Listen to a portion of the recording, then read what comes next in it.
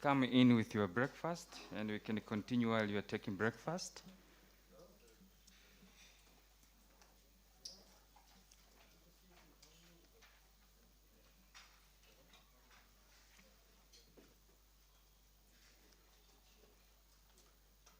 My name is Zephania Shahidi, and I'm working with East African Business Council.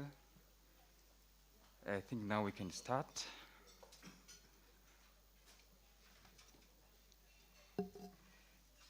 Dr. Kevit Desai, Principal Secretary of East African Community and Regional Development, the representative of EABC Chairman, Mr. Samuel Matonda, Chief Executive Officer of Kenya National Chamber of Commerce, Madam Maureen, the head of MANSA, Dr. Habil Olaka, Chief Executive Officer of Kenya Bankers Association, Mr. Victor Ogala, Deputy Chief Executive Officer of Kenya Private Sector Alliance, Mr. Jobu Wanjohi, Head of Policy Research Advocates, Kenya Association of Manufacturers, my CEO, Mr. John Bosco Kalisa, all members of the private sector, media, all protocol observed. We are so delighted, we are so excited to see you all here coming today to this very important meeting. And we would like to thank you for taking your precious time to attend this very important meeting that we are going to discuss on African Continental Free Trade Area market opportunities for Kenya private sector, and also officially launch the African Customer Due Diligence Platform, MANSA Respiratory Platform. I wish to recognize the presence of everyone in this room without forgetting the representation of different financial institutions. I'm aware that we have representation from KCB, Equity Bank, Prime Bank, Corporate Bank, and other corporates, EABC members who are here, Kenya Association of Manufacturers members who are here, Kenya National Chamber of Commerce members who are here, and special members of KEPSA. We really appreciate your presence here today. Today we are gathered here to share experience and learn on opportunities available by African Continental Free Trade Area. I know we have prominent business people here who are doing business beyond East Africa, and we expect that they will share experience from others who are wanted to go beyond East Africa. And also, most important, we are here today to launch the MANSA platform. And we are glad that we are honored to have the head of MANSA here today, who later on will go deep to explain about MANSA platform. MANSA is a new gold for today. And it's a new gold that will make Africa we want. The Africa we want, it's our responsibility. We are the one to make Africa we want. I don't want to preempt the speakers, so I'll end up here, and I would like to welcome my CEO, Mr. John Bosco Kalisa, Executive Director of EABC, to give welcoming remarks. Karibu sana.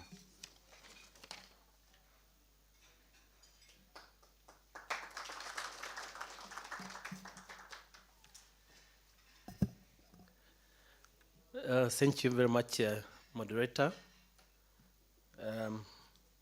First of all, allow me to recognize the presence of Dr.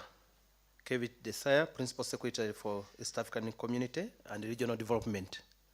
Doctor, you're most welcome, and thanks for coming to brace this occasion.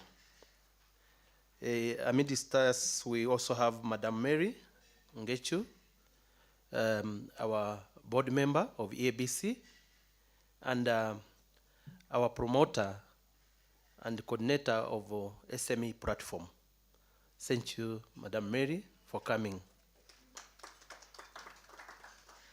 We do have Samuel Matonda, Chief Executive Officer, Kenya National Chamber of Commerce and Industry. Samuel. We also have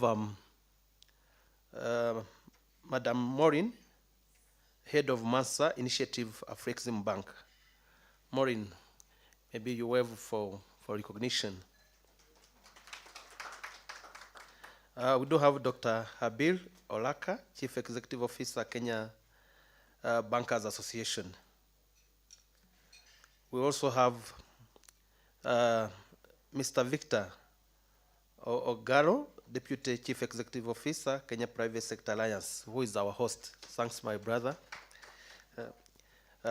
We do have Job Wanjohi, Head of Policy Research and Advocacy, Kenya Association of Manufacturers. We do have a number of the CEOs here present from different sectors, key sectors. We have the CEO from Safari Group, who is here. And we also do have representatives from different companies coming to support and understand what the CFTA provides for this region. I want to appreciate all the stakeholders, all the private sector within this region. The COVID pandemic has devastated our economies, our lives, but I'm happy to note that the region has remained resilient. The resilience of the region has been strongly anchored by the private sector engagement and private sector support. So I want to appreciate all captains of industry who are here, who have worked closely with the government in terms of rolling out mitigation measures to avert the catastrophic impact of COVID. Yesterday I was in a meeting in Kigali organized by United Nations Economic Commission for Africa. And what they presented a macroeconomic perspective of the Eastern African region. What came out from that report indicates that COVID has pushed almost 34 million into abject poverty. And when you look at the sectors that were recording double-digit growth, like tourism, tourism in the region, annually it has been generating about $5 billion US in East Africa, and it has been employing more than 4 million people in the region. All those gains have been reversed by COVID. But it's very interesting that, of course, I recall in 2020, World Bank produced the report and indicated that the region is going to slide back all the gains that have been made for the past 25 years. I'm happy that the instruments and measures put in place by our governments and working closely with the private sector, these measures have been able to support and ensure that the impact is not so devastating as it had been projected. We've seen that generally when you look at as I said, when you look at some of the economies, including Kenya, the economies are bouncing back. They are rebounding. And the rebound is led by a number of instruments that are being put in place. One of the key instruments that are being put in place is the financial, and I'm happy that the Bankers Association is present here.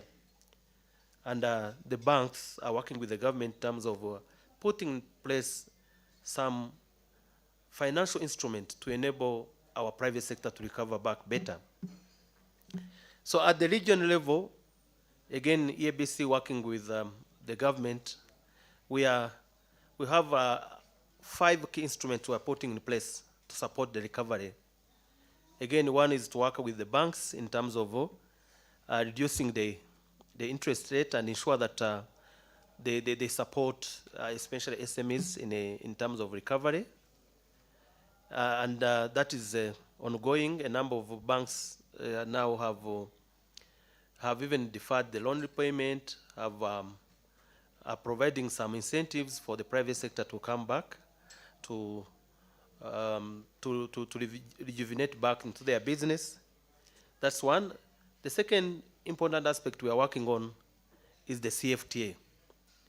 CFTA, we are raising awareness in terms of opportunity that CFTA offers across the region. And that's why we are here in terms of launching one of the instrument that would enable us build confidence and trust among our businesses. That is the Mansa platform. And when you look at what we call BIAT, that is boosting intra-regional trade, it has 6 components. One of the components is trade policy. How does our trade policy support the integration agenda? That's one. 2 is trade information. It's very critical for us to trade at the continental level. The third one is trade or productive infrastructure. The fourth one is the productive capacity. The fifth one is trade finance. Then the sixth is the factor market integration. How do we address the movement of goods and services? So this trade information aspect is very critical for our engagement. I was reading the report this morning, also done by UNECA. We realized that EAC is a very dynamic region, fast-growing region. Before, generally, the 3 out of 10 fastest-growing economy in 2019 were coming from the EAC. That is Tanzania, Rwanda, and Ethiopia. Then when I read the same report, it indicated out of 500 companies, most performing companies at the continent, only 34 came from the region. So we are not doing well. Only 34 companies made it to the 500 most performing companies in the continent. So there is a lot to do. And that's why the CFTA became, because they say it's because of small market. And when you look at the list of the company that made it, there is Ethiopian Airways, there is a Safaricom. Generally, like 5 of them came from Kenya. Again, I want to thank the ministry through His Excellency the President that the private sector here is very vibrant. It's very vibrant, very dynamic, and has been working closely with the government in terms of creating a conducive environment. So the CFTA, it's a market of 1.3 billion people. The consumer base is very high, and again, this presents opportunity to a number of our private sector.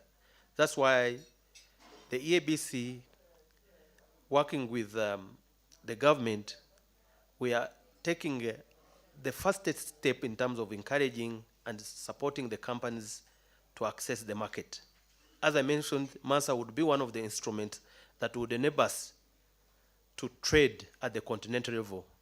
We also are working with the Afrexim Bank in terms of rolling other products, including the payments, because exchange, there's a lot of losses in terms of exchange when we are trading with our partners. So Afrexim Bank is going to work closely with EABC in terms of addressing the payment-related issues, the transaction costs related to exchange. When you are exporting your goods from one country to another, you can pay in your local currency, and the losses are going to be muted by the Afrexim Bank. So those are negotiations EABC is undertaking.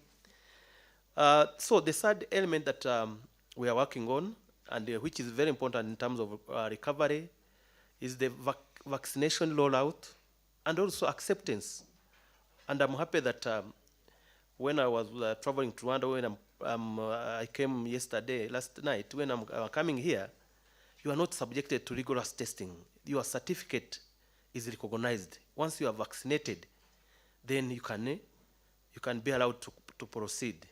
So it has been a cost, and I'm happy that the region has understood that harmonizing the testing requirements and are ready to to support in terms of vaccination rollout. And I'm happy private sector here, KEPSA, and I want to thank the management of KEPSA that they've been working and have been attending their meeting every Tuesday in terms of engaging the government. What are the areas that we could work together in terms of building back better our region? The third element that is very daunting in the region, again, we've seen that the emergence of new NTBs. I've been engaging customs, but the NTBs, there we are, despite our effort to remove NTBs, new NTBs are emerging. And I'm happy the PS is here. This is a call from the EABC, from the private sector, that if you want the private sector to continue, drive the growth, drive the recovery, the emerging NTBs from the port, from border post to the final destination need to be reduced or eliminated completely to enable business recover back better. The fourth component that is also critical, where we need to make a positive trend and a positive stride, is standards. Standards have become a key barrier to trade. Standards should facilitate competitiveness, should facilitate movement of goods. But our Bureau of Standards have that tendencies of non-recognition, lack of mutual recognition. How do we really enhance collaboration among Bureau of Standards so that standards can facilitate trade, can enhance our trade competitiveness other than hindering our competitiveness? So lastly, on our side again, Honorable PS, and this is a request to you, you need to push the issue of trade remedies committee to be fast-tracked at the ESC. Generally, the NTB Act need to be fast-tracked, and also trade remedy committee need to be fast-tracked. We need to impose these sanctions that hinder our intra-regional trade. It is through our intra-regional trade that the region will remain competitive. Again, lastly, we need to push for finalization of common external tariff. The negotiation need to be concluded. We need to allow our industries to thrive. When we work together, we will achieve a win-win situation. With those few remarks, I want to thank everyone, and really thank you very much. And I want to thank the organizers, my team, MANSA, and the government of Kenya for this excellent discussion and engagement. And I wish you a fruitful deliberations. Asantini, thank you very much, and thanks, and we are still together for the whole day. Thank you.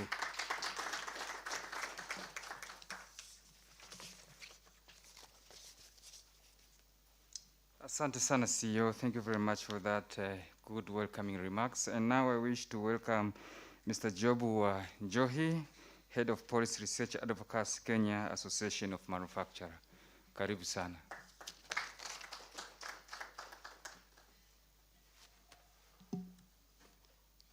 Good morning, everybody.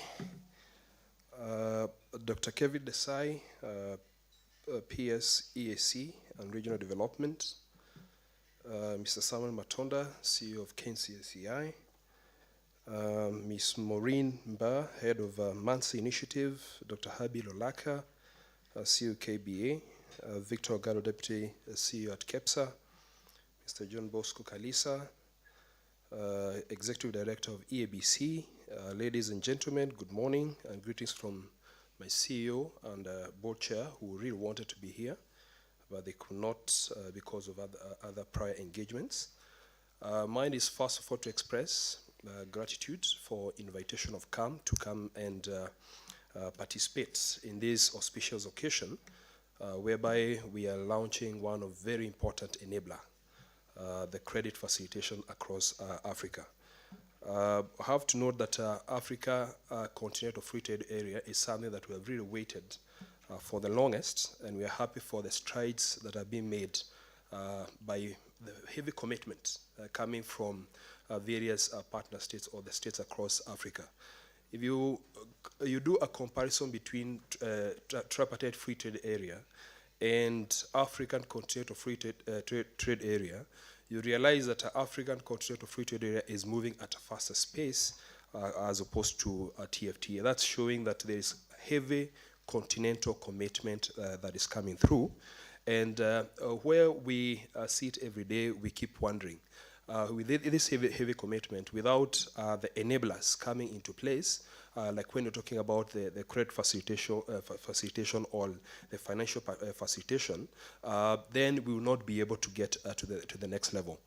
We are in an era whereby the digital economy is becoming the in thing, and especially through the introduction of the digitization that has come through, especially because of the COVID.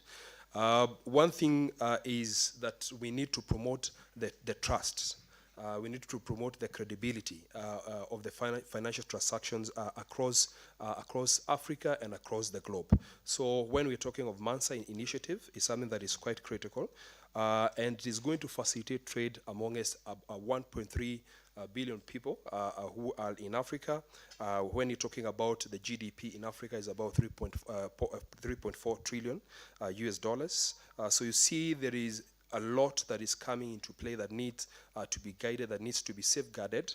We need to promote that trust and credibility when you're doing the transactions. When you look at the intra-Africa trade, it starts low at the moment. As opposed to other continents or as opposed to other regions. You see that now with Africa Continental Free Trade Area, and according to the World Bank report that was released last year, about 560 billion US dollars is going to be facilitated on top of what we are doing today. If you look also to the gain for women who are doing business, or those who are in manufacturing, and I'm happy to see Mary Geshu here, we are happy to see that also they're going to benefit big time because of the dialogue, the policy dialogue that is going around African Continental Free Trade as far as women are concerned. So we are happy to note that not only the male component is going to be benefit out of this, but also women are going to benefit out of this. And again, without the enablers like now the Mansa initiative, we cannot get there. Something else is to do with the infrastructural development. And I've said that from where we sit every day when we are looking to the policies, we keep asking ourselves, do we have the right infrastructure development? Do we have the right telecommunication that is going to enable us when you're doing the transaction? Do we have the right roads or connectivity? So that's when you're moving our goods from here to DRC, or goods are moving from Cameroon to another Western African country, they're going to be facilitated easily without a higher cost of production, because again we have to really factor the competitiveness issues. As we go forward, there are various things that we need to look into to ensure that what we are launching today sees the light of the day as soon as possible. One is to ensure that the ratification by the member states is happening as fast as possible. At the moment, I think we started at 37 countries which have ratified out of a possible 44 or 54 or 55. When we talk of the custom documentation and procedures, something else that we need to look into, I'm happy to note that like now our Kenya Revenue Authority is looking into this issue keenly, so that we ensure that we have the customs documentation and procedures in place. About the rules of origin also, it's something that even as Kenya's judicial manufacturers, we have participated from the onset, which at the moment we have submitted the rules of origin negotiation starts at about 86%. So we have only about 14% that is remaining. And that shows that there is also positivity from the other partner states in conclusion of the same. Tariff concession, starting currently at about 84% in the category A, out of a possible 90%. We are only short of about 6%, so that EAC can submit the tariff to be liberalized at the category A. And that again is showing heavy commitment that is coming from the EAC region and also as a continent in general. So I want to applaud Mansa for this initiative because you can see we have only a few steps that are remaining for us now to get into trading across Africa, and having a proactive step being made in ensuring that we have the credit being facilitated across Africa is something that is quite integral. So mine is to congratulate all of you also for participating in this auspicious occasion, and let's continue with the same spirit as Africa. Thanks so much.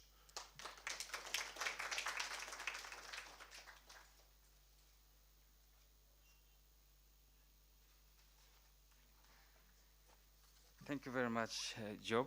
And now I wish to welcome Mr. Victor Ogala, Deputy Chief Executive Officer, KEPSA.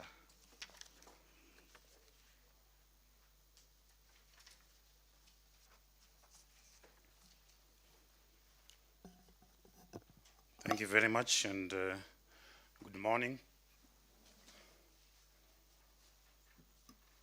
I will spare the protocols observation as they have been observed, and I want to welcome you to this very important meeting that we co-organized with EABC as the national focal point for EABC.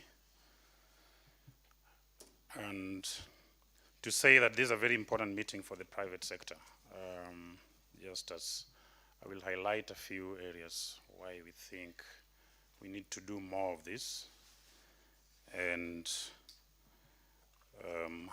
how we could partner with institutions like the Afreximbank, with thought leadership institutions within the Africa Continental Free Trade Area, the Secretariat, the AU Commission. We have a lot of resources around the continent that we need to bring into partnership as a business community. So Dr. Desai, feel most welcome. You are somebody we've worked with for very many years, and now in your capacity as PS, and part of your legacy is actually forming around this time when the discussion on the CFTA of Africa is actually, gaining back currency after the continent was hit by COVID. We are very much ready to walk along with you to help churn out the trajectory that we want as a country, but also as a region within EAC, and also as a continent. Let's see how much we can do under your able leadership, and of course also under the able leadership of our EAC Secretariat and EABC. I'll go into three aspects that I want us to reflect on.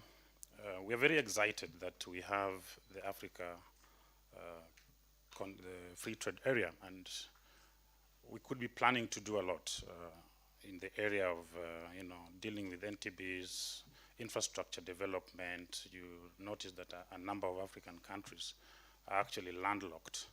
If you look at the countries that have coastlines, they're far off from the countries that are in the hinterland. And so the coastlines are connecting us to the rest of the world. And my fear has always been whether we could be doing all the investments in the continent to enable goods from other continents to come into Africa if we do not quite spruce up our productive capacities. Then all the infrastructure work that we are doing will be investments that enable more and more of imports to come in instead of increasing intra-Africa trade. So the role of the private sector is going to be very, very paramount. If you think of it in terms of increasing, the CFT of the continent, helping to increase the manufacturing output in the continent from about $500 billion that it was in 2015 to an estimated $930 billion that we expect in 2025. The question we would want to ask is, how much are we integrating small businesses within those value chains as the manufacturing output increases? And that should be a conscious policy decision that we make as countries so that we grow together. In most countries, like for instance, if you look at Japan, you pick a product like, if you go to Toyota, you pick a product like the Toyota car. You disassemble it completely and look at how many components are there and which components were outsourced from which small businesses that eventually comes to create the full product, or which is the car that you drive. So where did the tires come from? Where did the lights come from? Where did the bodywork come from, the dashboard? You'll actually find that a number of non-Toyota companies were brought into those value chains to make those products. And there's a way that they also control standards. So this is something I really would want us to reflect on, because manufactured products currently are the leading products that we trade in the continent, about 38% of it in the continent here. But those are very low processed products. As we increase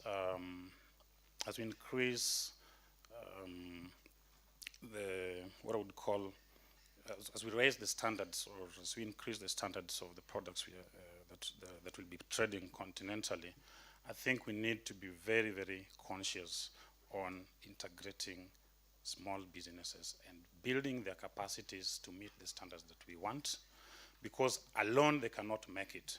But if we tag along, so this takes us to another question. Have we been able to identify anchor industries in the continent that we want to deliberately support? Anchor industries, if you look at telecommunication, if you look at manufacturing, pharmaceuticals, those in agribusiness, maybe fertilizer production, for instance, the anchor businesses or the anchor industries in the continent, in any country, in any region, and we say, how are we going to support them to be able to produce the drugs that we want, to be able to produce the fertilizers that we want, to be able to produce even cars, smartphones? These anchor industries are going to be the fulcrum for the increased intra-Africa trade, but we must deliberately bring along, look at the value chain diagnostics, and see which are the medium, small businesses also in the country that we would want to support to play a very important role on these value chains. That's actually the only way we are going to be able to, to make meaning of the continental CFTA for our own people. Without doing that, we will be sprucing up our roads, our railways, and all that will be coming in will be imports, right? And we will say, so, and you see manufacturers or private sectors are able to help identify, because they're the ones who trade, they're able to help identify which are the NTBs, if they cross whichever countries, and of course, how does that happen? The role of the private sector is very, very key in listening to them and actually just listening and taking action. Within EAC, the issue of NTBs is still a very key concern, yet we are the most, the most advanced region in terms of integration. EABC, if you look at it in the continent, we are highly advanced in what you'd call regional integration. But we keep on experiencing these challenges that are mostly associated with economic blocks that are just starting up. Okay, we've been in this space for 20 years, and we are unable to sort out industrial policy harmonization. We are unable to sort out standards recognition. We are unable to sort out even the issue of air travel. It's still very costly, and we cannot promote tourism, for instance, because of the cost of flights. How are we going to do this at a much and large scale of the continent? I think we really need to be very, very pragmatic with the efforts that we want to put in place and the payoffs. So I wouldn't want to delve much deeper. So in terms of areas of opportunities for partnerships, capacity building of the business associations, okay, the business associations across different industries that then build the capacities of their own members.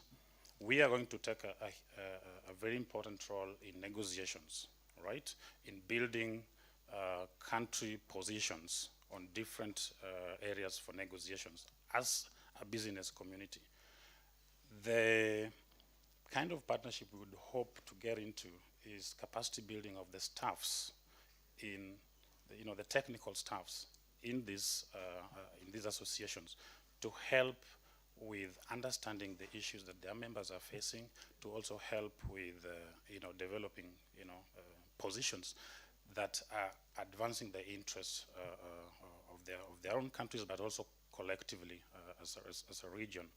We need to help businesses identify and understand the opportunities that are there. I think somebody would only make an investment if they understand the opportunity. So having a trade information, or what you'd call a portal where I think Bosco mentioned it, trade info and factor market integration. But let me also add that we need market intelligence. We really need serious market intelligence in the continent. I think the one thing that attracts investors is if they understand the opportunity. So let's strengthen our market intelligence capacities, and let us build the capacity of the economic blocks, particularly ESC and EABC, to be able to help us advance some of this. So I wouldn't want to delve much deeper. I had a lot to say. And then since we are hosts, the host doesn't talk a lot, we let others talk. I want to welcome you once again to this morning's discussion and the launch of a very important tool that we'll find very useful in the region. Thank you very much and feel most welcome.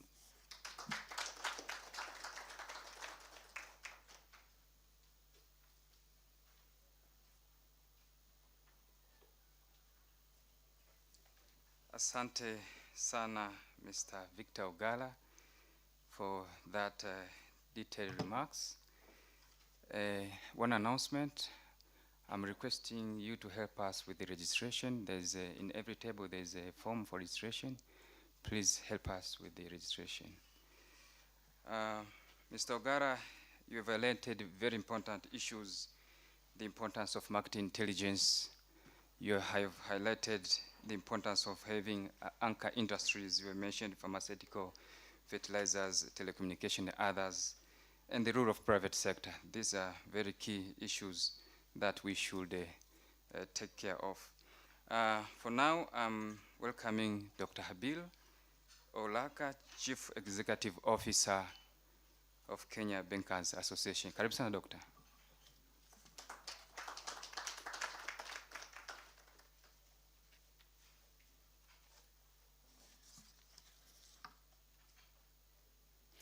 Yeah, thank you very much. In the pure Kenyan style, we normally start with all protocol observed. But for me, please allow me to recognize the presence of some important guests we have today, starting with the chief guest, the Principal Secretary, the Minister of East African Community and Regional Development, Dr. Kevit Desai. Desai and I come a long way. We have our roots in the same profession. Let me also recognize our partners who are here today represented. There's EABC through the CEO of the Kenya National Chamber of Commerce and Industry, the CEO. We have got the Private Sector Alliance, KEPSA, who have just spoken just before me. We've got the Kenya Association of Manufacturers. We have got the EABC, who are essentially the co-hosts today as well. And of course, the indefatigable head of the Mansa initiative at Afrexim Bank, Ms. Maureen Mba, whom I've known for a long time on this initiative. And all the other guests who have come in today for this launch. I'm indeed very pleased to join you this morning at this CFTA Market Opportunities Meeting, which marks also the formal launch of this African Customer Due Diligence, MANSA platform, which is a very key platform for us, especially in this region. And on behalf of the Kenya Bankers Association, allow me to extend my appreciation to the East African Business Council, and indeed all the partners who have been involved in convening this forum. I'm grateful to note that the platform we are launching today is a commendable culmination of efforts led by the Afrexim Bank through the Advisory Council. And on this, maybe let me, at the forefront, declare some interest here, that KBA has been a member of the Advisory Council for this platform. I was in Cairo on a number of the meetings of the Advisory Council, trying to provide input and feedback in shaping the platform that you are launching today. So KBA has been part and parcel of the platform. As you may be aware, this launch should have been held sometimes last year, but it was postponed on the account of the challenges that we are all aware of imposed by the COVID-19 pandemic. But beyond the challenges that we have experienced in the economy under the pandemic over the past several months, this disruption has re-emphasized the central role of the intentional data management across sectors, and most particularly amongst players in the financial services sector. COVID came in at the time when we were also going through a transition. We had just had the interest capping law repealed, and that was in November 2019. And the way forward was the introduction of the risk-based pricing by the financial services sector, and especially the banks. Now, the COVID-19 then touched off a new clamor for data-driven insights, because for banks to move from that environment of interest capping into risk-based pricing environment, I think data started playing a very critical role. And as a result, the industry has significantly invested in data-led solutions, creating teams to process and analyze the data and come up with insights for a stronger and resilient financial services sector. Indeed, service and operational activities such as the customer, know your customer documentation, and even the credit appraisal process are now getting increasingly embedded in data. Data management approaches are also being used to support compliance requirements, such as transparency as required by the regulatory authorities, and even promoting good governance within the industry. And so without doubt, the Mansa platform will augment these efforts and support strategies towards matching the needs of the borrower and the lender requirements. It will also supplement established frameworks within the financial system in the bid to optimize credit access, and particularly for the bank customers, and within a very specific segment that I think many of us have talked about, the MSME, which incidentally was the most ravaged by the COVID pandemic. The Kenyan banks, you will notice something about the Kenyan banks, the fact that they are significantly getting their tentacles into the East African region, taking advantage of the opportunities that have been created through the ESC integration. But I think they are going beyond that. It's not just only the presence within the East African region, but we have seen Kenyan banks spreading all the way into Malawi, into Botswana, in the south, all the way into South Africa, partly because of their linkages with their parent entities. And for this, I've got in mind Stanbic and ABSA. But also, we have seen Kenyan banks spread into towards the west.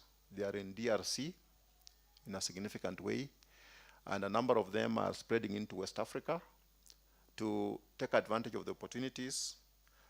If you look north, a number of them have got linkages with, for example, Egypt. We already have Mayfair Bank that has got a linkage with CIB in Cairo. And this is a continuing development where we are seeing Kenyan banks spreading and going into the region.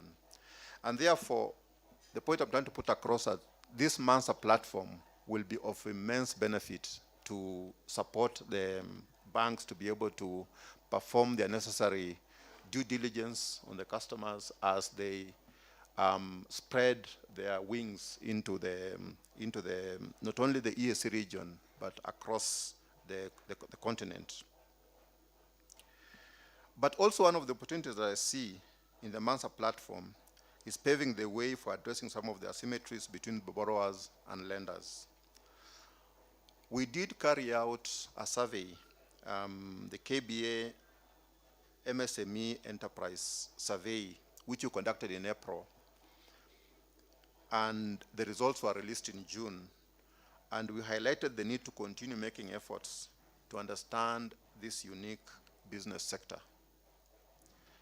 I believe that this Mansa platform that we're launching today will help in bridging the existing information asymmetry between the MSMEs and the financial services providers, especially for the banks, but included are also the other financial service providers, which include the insurance and even the capital markets and the other parties who are in this space. I would like to note that the industry continues to make efforts towards addressing this challenge through research and partnering with other industry players to design strategies of maximizing credit access for the businesses. On our part, the association is also coordinating the industry-driven Inuka Enterprise Development Program, whose objective is really to de-risk the MSMEs and creating awareness about business opportunities. And the Inuka Enterprise Program is one program that you're really proud of. It has been able to get access to a number of the MSMEs who have been facilitated to be able to access credit from the financial service providers. And we are looking for more opportunities where we can be able to partner with other institutions to be able to ensure that the MSMEs who are most disadvantaged are facilitated to be able to access financial services. So in conclusion, I would like to once again congratulate Afrexim Bank, the EABC, and all the other partners whom I had mentioned a little bit earlier who have made this innovation possible. I commit the banking industry's willingness to continue working with stakeholders from both the public and the private sector to deepen financial inclusion and continue contributing to the national development agenda. Thank you very much.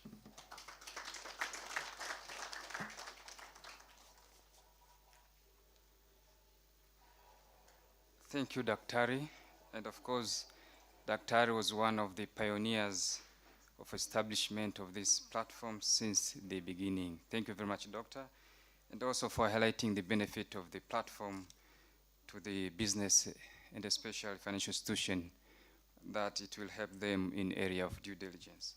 Without saying much, I wish to welcome Mr. Samuel Matonda, Chief Executive Officer, National Chamber of Commerce and Industries. Thank you very much.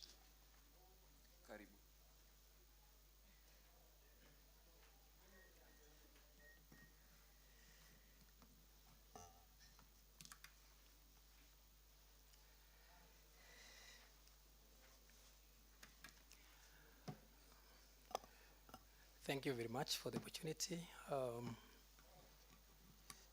PS Dr. Kevin Desai,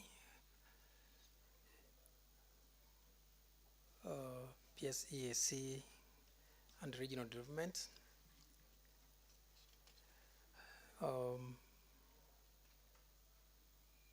colleagues from the BMO fraternity, Flexim Bank representatives present and organizing this event, the private sector representatives here in, ladies and gentlemen, good morning. This is a unique opportunity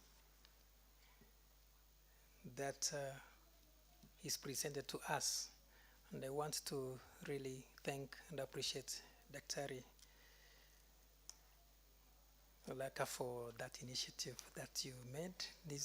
They are our platinum members, and the banking fraternity is actually part and parcel of the Kenya National Chamber of Commerce and Industry. And most of the initiatives that we've been undertaking, targeting the Micro and Small Enterprise Authority, has been supported fully by the sector, and we really appreciate and thank you for that support. The chamber was formed in 1965, and it has been in operation advocating and championing for the private sector community. And when we are looking at the FCFTA, it has been a challenge crisscrossing Africa and doing trade, that's intra-Africa trade, because of the position that we are in and the infrastructural inefficiencies that are being enhanced by governments across the continent, and of course because of other barriers like language and most times culture. But then the FCFTA has come, and very timely indeed. I'm glad to report that I've been involved in the negotiations of the FCFTA when I was in the Ministry of Trade, and most of what has been captured largely will really ensure that the private sector is able to take shape and take advantage and implement, because governments normally facilitate, but then it's us private sector that are supposed to take advantage and implement the FCFTA. There have been challenges that I think I've seen are going to be addressed by this platform. Some of them I've mentioned about infrastructural challenges. Of course, there is a perspective that Africa cannot produce for Africa, and African goods and services are of inferior quality, which has been demystified because there is now a lot of movement and the trade that's happening across the continents, and I think that has been a challenge. Confidence amongst ourselves that we are the best, and when you look at innovations that are coming up in Africa, that tells it all that we have global innovations that have really been accepted globally. Last week, His Excellency the President led a delegation to Barbados, and Safaricom and Equity Bank were really appreciated, and they set shop there. What does that mean?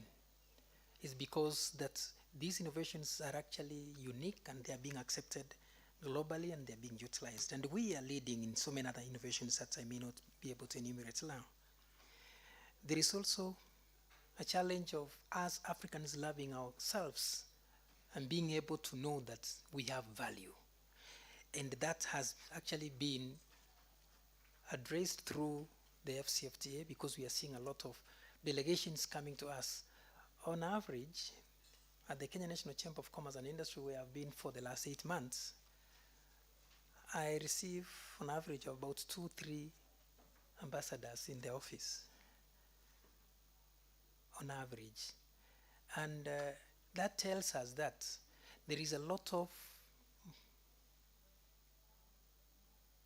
goodwill and opportunities that have been identified, and each and every country and the chamber is actually ready to work.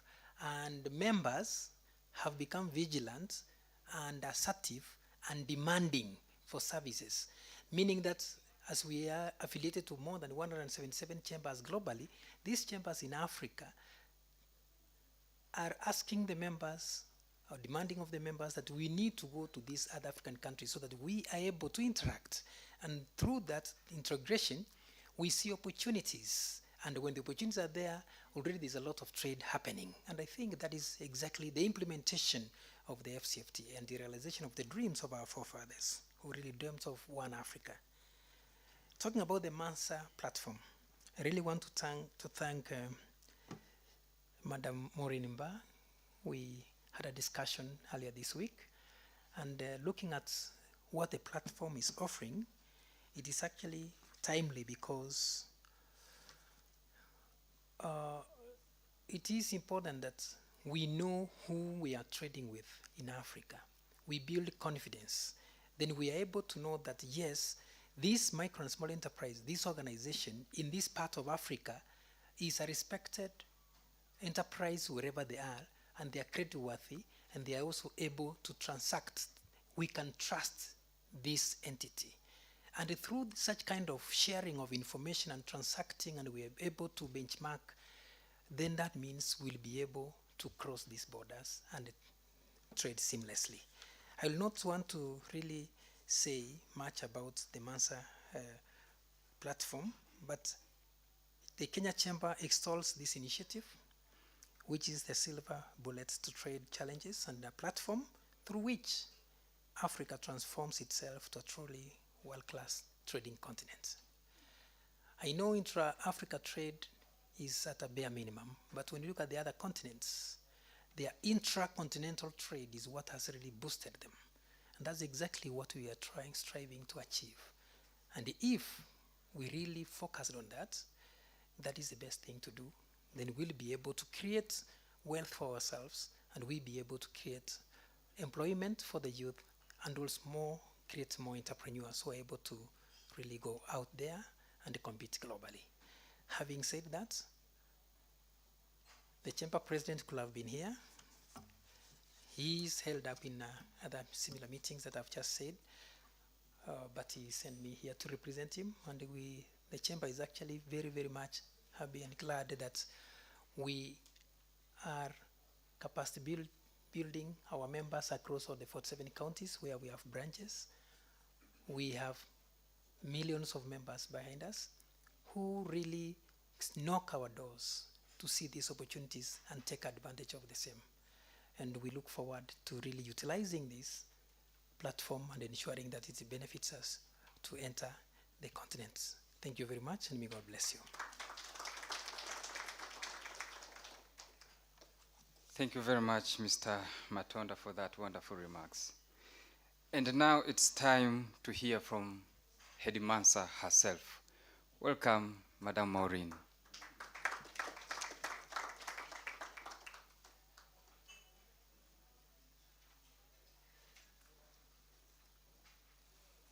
I think I have to reduce this to get to my height.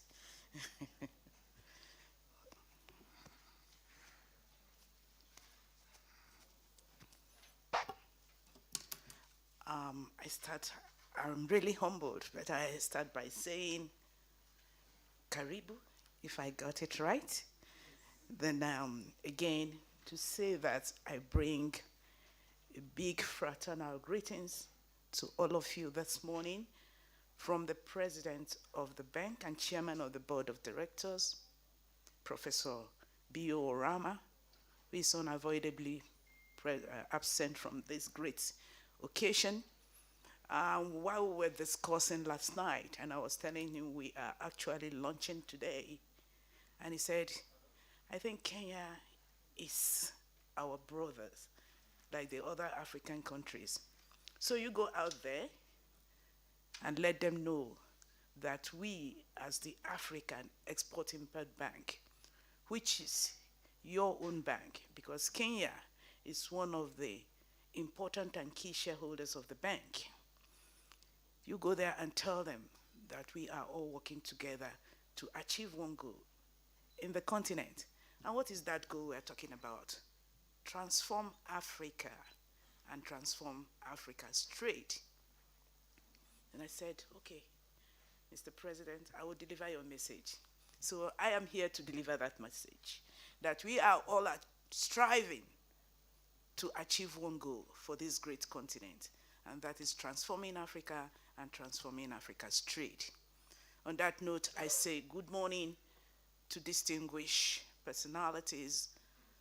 Like the CEO of KEPSA said, all protocols are observed, and we welcome you to this great launch of this great initiative in our continent. Actually, before now, we have had series of bilateral meetings to be able to acquaint ourselves. And I must be honest to you, this is not our first visit in Kenya. When we started conceiving this initiative, like Dr. Okala said, we came to Kenya, we worked with the IPRS, with the then director, George Nyong'o, and he told us how Kenya built its own national ID platform. And we said we were here to learn so that we can, in building this continental platform, it will be easy for us.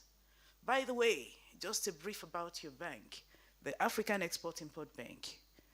We were inaugurated in 1993 in Abuja, Nigeria, with a mandate to promote, expand, and of course, fund intra-African and extra-African trade, particularly exports from Africa.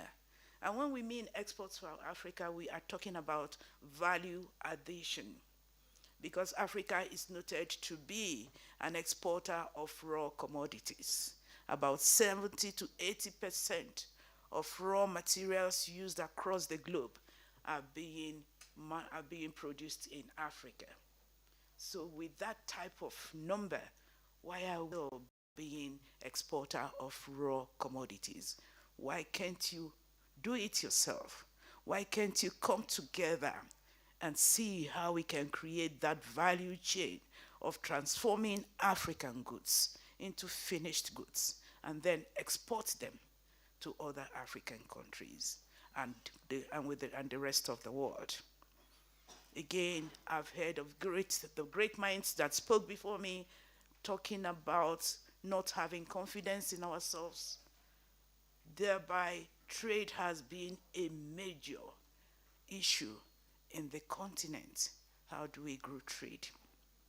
Now, with the setup of a bank like the African Export-Import Bank, who was given that mandate to go and actually work with other African countries, every African governments, both every private sector, and see how we can bring Africa to that fore, making sure that Africa takes its proper place among the community of nations globally. And that is what the bank has been doing since its inception in 1993. We started operations in 1994. We are headquartered in Cairo, Egypt. We have our regional offices in Abuja, Nigeria, Harare, Zimbabwe, Abidjan, Cote d'Ivoire, Kampala, Uganda. We just opened a new regional office to serve the Central African region in Yaoundé, Kampala. And we see more of those regional institutions coming up. The bank over the years has evolved, and we have actually put in place 5 strategic plans since its inception. And each strategic plan speaks to a plan period of 5 years. We just ending our 5th strategic plan, which we dubbed Impact 2021, Africa Transformed. And if you take that 5th strategic plan, it talks to 4 important pillars. The first pillar speaks to intra-African trade, which I heard all of us this morning talking about, because trade amongst ourselves is so small. If you compare trade, domestic trade today in Africa, which is about 16 to 17%, compared to 60 to 70% in other developed countries and Asian world, is quite disturbing. So the banks see it as a great challenge in the continent and call it the arrowhead of those 4 pillars. The second pillar speaks to industrialization and export development. Again, we know we are not industrialized. You can count how many African countries that are today producing and manufacturing and exporting finished goods across Africa and to the rest of the world. So we see as a bank that we need to work closely with both the public and private sector to see how we can start creating that industrialized nation we want to see. Today, I'm proud to say that the bank has taken upon itself to start actually talking to different African governments, and we have put in place a measure of seeing how we can build in every capital country of every African country a center of excellence. Meaning that we are seeing, because we see a lot of medical tourism outside the continent. When anybody is ill, the next thing is to actually evacuate. But we are trying to put these diagnostic centers across the African continent. And also the bank is looking at putting up what we call AATC, Afreximbank Africa Trade Centers, in every African capital city. So the bank has actually been coming over the years, bringing out a lot of initiative products that will assist to industrialize our continent. The third pillar speaks to trade finance leadership. We saw what happened in recent times in our countries, whereby we witnessed the departure of non-African financial institutions, international investors, partners, for saying that doing business in Africa is quite risky. There's a huge cost of compliance. You don't have information about African entities. And where you have information about African entities, they are inadequate. And then that has led to a great de-risking of African financial institutions. And the bank said, no, we cannot sit and see this happening to the continent. As a developmental institution, as a Pan-African multilateral financial institution registered at the United Nations in 1997, given the status of a multilateral financial institution under its Charter 102, we have to be the drivers of these great initiatives to transform our great continent. And the departure of these institutions left our continent with one confirming bank per country. And in some cases, there were no confirming banks at all. And that has been a big clog in the wheel of trade finance transactions in the continent, which is our bread and butter, because we are a Pan-African trade finance bank. The fourth talks to sound financial performance. Is the bank actually capacitated? Is the bank actually well structured to provide the financing to be able to deliver on these great initiatives? And the bank has also taken it upon itself to actually work with African countries, African governments, to develop those instruments. And one of them is the CENBank deposit. That is the central bank's deposits. That CENBank deposits has actually led to African central banks and other African institutions lending some money to the bank to be able to develop the continent. So this has been ongoing, and I'm proud to say that it has been yielding a lot of fruits. Now, with these 4 great pillars of the 5th strategic plan of the bank came up with, we need tools to be able to deliver on these strategic pillars. And that was what gave birth to the Mansa Repository Platform, which is the great initiative we are promoting today, launching today. And it's a continental, Pan-African initiative. A centralized due diligence repository built by Africans for Africans. I'm happy we have Dr. Aria, who has actually attested to it. When we held our first meeting in Cairo, in Dakar, Senegal, in 2014, the question was, if we get it right, then that will bring Africa to the fore, and it will transform a lot of Africans' activities, both at the private sector and at the public sector. The other statement from one of our stakeholders was, if you don't get it right, then Africa is doomed. And there was a communique issued at that meeting that Afreximbank should take that lead and make sure that we come up with a flagship of this nature that will help our great continent to grow. You can imagine an idea conceived in 2014, and today we are actually launching that initiative.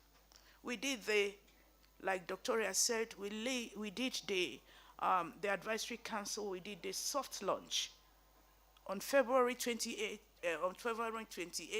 2018. And in that same year, on July 12, 2018, we did the official launch in Abuja, Nigeria, when we had our annual meetings. We celebrated our 25th anniversary as a bank. And in 2020, we did the operational launch of the Mansa initiative. And since that 2018, we've been putting tools in place, working with our different stakeholders. Dr. Aria will tell you how much I've visited him here in Kenya, trying to get his ideas, trying to get his contributions that will actually pilot this important initiative to meet the demands of our people and also meet international best practices. The Mansa platform, my colleague Gamu will be making a presentation later in the day, and the Mansa platform has three main pillars. The key pillars, the KYC CDD, which is our main focus, is the first pillar. Then we have the second pillar that talks to invest in Africa. At the click of the button on any African country, because you will have it, it's a web-based platform, it's an online platform. The moment you click on that button on Kenya, it gives you Kenya's GDP, every statistics about Kenya, comparative advantage, what sectors are the strength of the country in Africa, and of course the investment climate and others. If you want to dig deep to get to Safaricom as a tourism outfit in the country and its capacity compared to other tourism businesses in Kenya, it will now give you that link to Trade Information Portal, which is another initiative being rolled out by the bank. And that will give you more granular information about that industry. The third talks to news and events.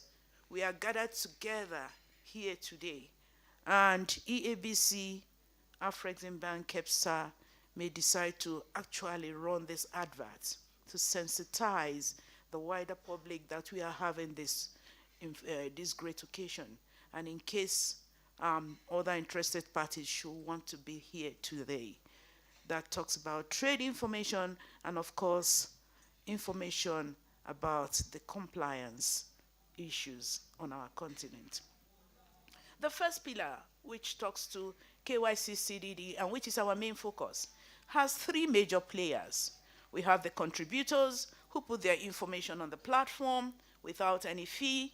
We have the verifier, whom we seem as those that will verify those information after the maker checker has fed on the information onto the platform.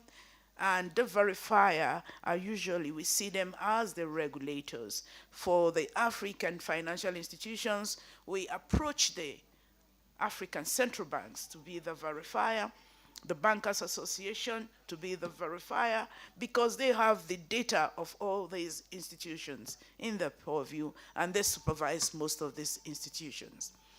We have the subscribers, who are the consumers of those information on the platform, and they pay a fee. We have a subscription model plan that tells you, depending on the plan you want to take, if it's a one-off, if it's an annual, it gives you that plan, and then you subscribe to the platform. Now today, for us to be here, for us to be launching this great initiative, we've seen the AFTA, which came into force in January this year, and what is it out there to do? And I'm happy to listen to the great minds who has talked about actually facilitating trade among the different trade corridors in the continent, and also breaking those barriers, those stringent measures to be able to facilitate the free movements of goods and services across the continent. When you look at KYC CDD, in the years during 2012-2013, banks or entities don't pay much attention to KYC information. And you can talk about 1% of concerns when it comes to KYC CDD information. But over this period of time, it has grown. And I want to tell you today, it talks to about 16%. When you walk into a bank as an individual, the first question you are asked, who are you? Even though you want to open an account with your money in that bank, it asks you, who are you? What do you do for a living? Where are you based? And you even go as far as doing your biometrics for the bank to consider you as one of their customers, even though you are going to put your money there. In some cases, we have had testimonies whereby individuals came to Mensa and said, we've tried to open accounts in XYZ banks, but we were denied. One, we are not origin of that country because we are foreigners, and where we are origins, there are more details they require which we cannot provide. And we usually tell them the Mensa is the answer. Once you have your information on the Mensa platform, that will facilitate, and you have your AEI code, which is the African Entity Identifier. It's an automatic code. Once you as an entity enters the platform to fill out your profile, it allots you with that, with your own AEI code. And we have been working with institutions like GLEF. GLEF is the Global Entity Legal Identifier. It's a G20 initiative, and it has been working globally. And they approached us and said, can we work with you to penetrate the African continent, because we don't have presence in Africa. We have only in 2 countries, Nigeria and South Africa. And we told them, yes, we can work with you. And working with them, we're almost concluding the agreement. And we are telling them we have to harmonize these 2 codes, the AEI code and the LEI code, so that they will be accepted globally. So when any transaction is going through, once you have the AEI or you have your LEI, it will go. And we have been working with them, with the Stability Financial Board, to see how we can harmonize this. And good to inform you also that the Association of the African Central Banks, at its last meeting, endorsed Mensa as Africa's hub for due diligence matters. We are also working with the AU at a very high level to get the ministerial summit also adopt the Mansa repository platform as Africa's centralized due diligence repository. We've been engaging with different African entities after its operational launch on November 30th, 2020. Because of the pandemic, we've been restrained a bit from traveling and making sure we go around working with our different stakeholders to sensitize our public. The Mansa repository platform is not specific to any entity. What we are working at and what we are looking at is to ensure we bring every entity, irrespective of your sector of the economy, onto that work stream, so that we start speaking one language, working like a family to transform Africa and transform Africa's trade. We dramatize it when we talk about financial institutions. If you go to www.mansaafrica.com, you will see we are over 1,000 profiles with financial institutions across Africa, with corporate entities, and the SMEs. We are not losing sight of that because they are great players in every economy globally. And we are working with every entity.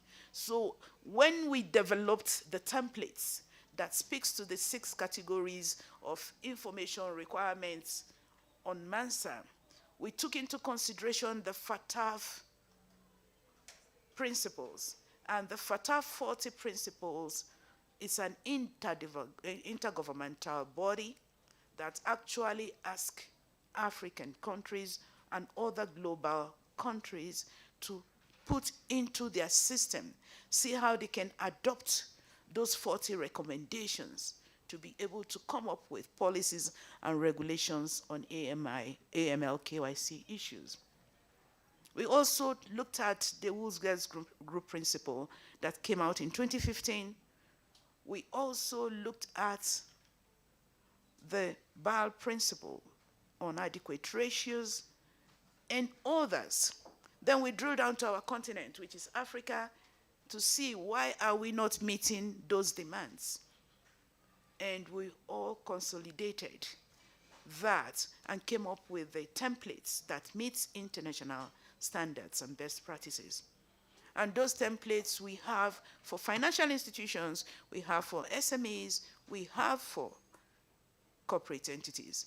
Because the financial institutions, they have audited accounts. The large corporates have audited accounts. But you cannot go to an SME, a cobbler in the street, to ask for audited accounts. But they have what you may call management account, and they may have also bank statements. So it takes a lot. Today we know how much the UBOs, ultimate beneficiary owners, how it's important in every economy. There was a recent article from an Indian author who said Africa has come of age.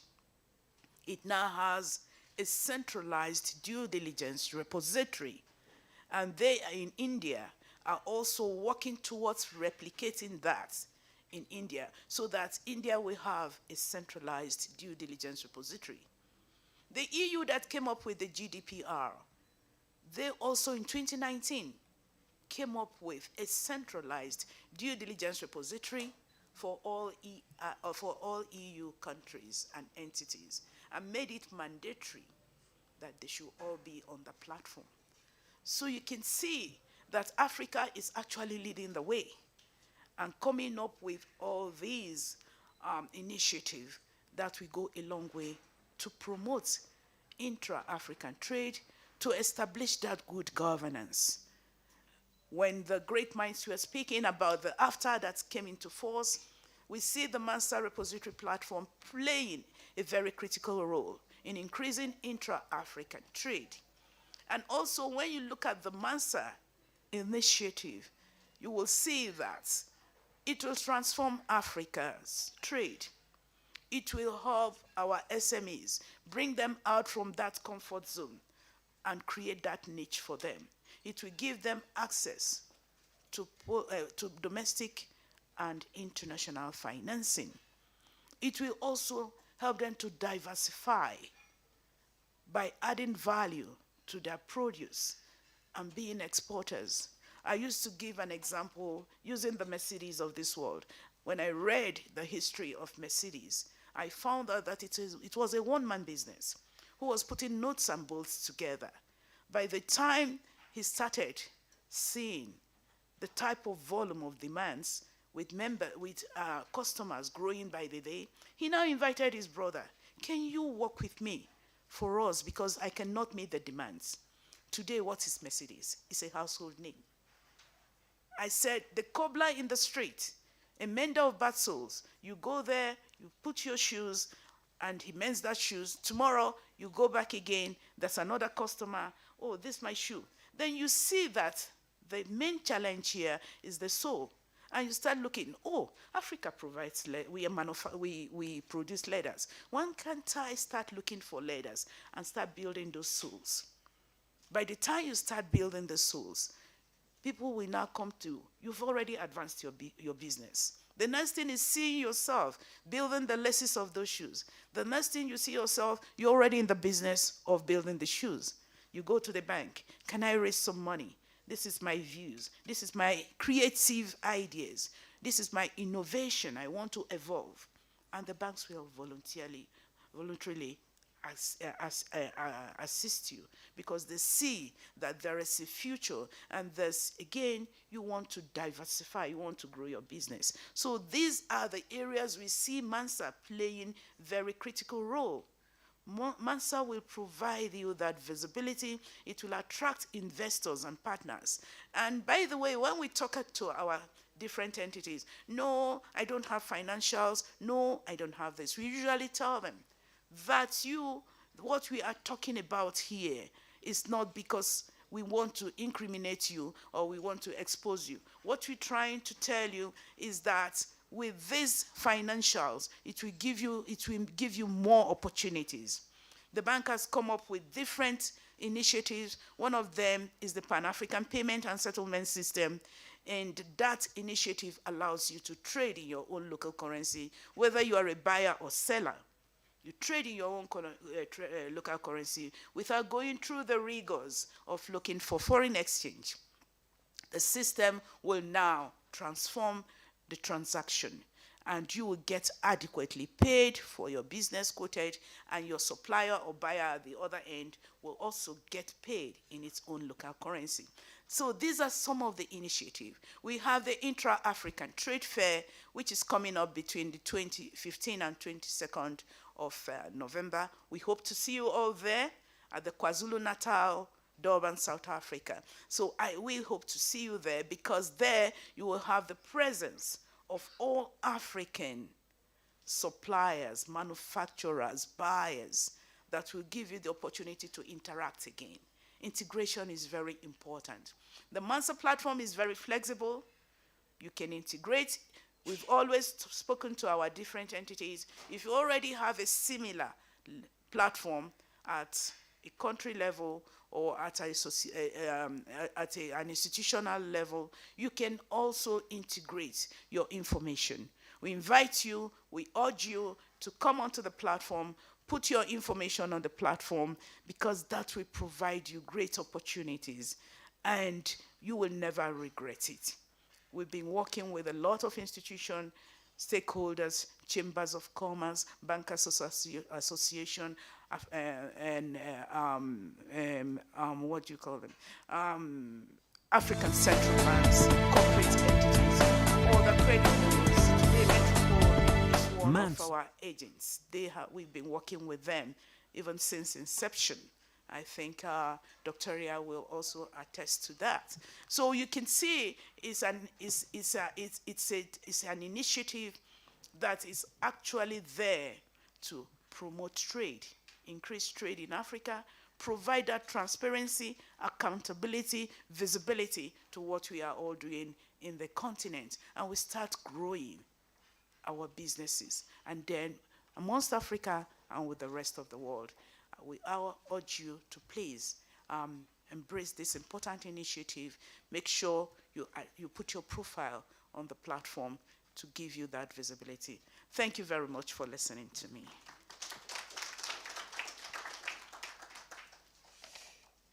It is very nice to hear from Mansa herself, Madam Maureen. Let us give a big clap again.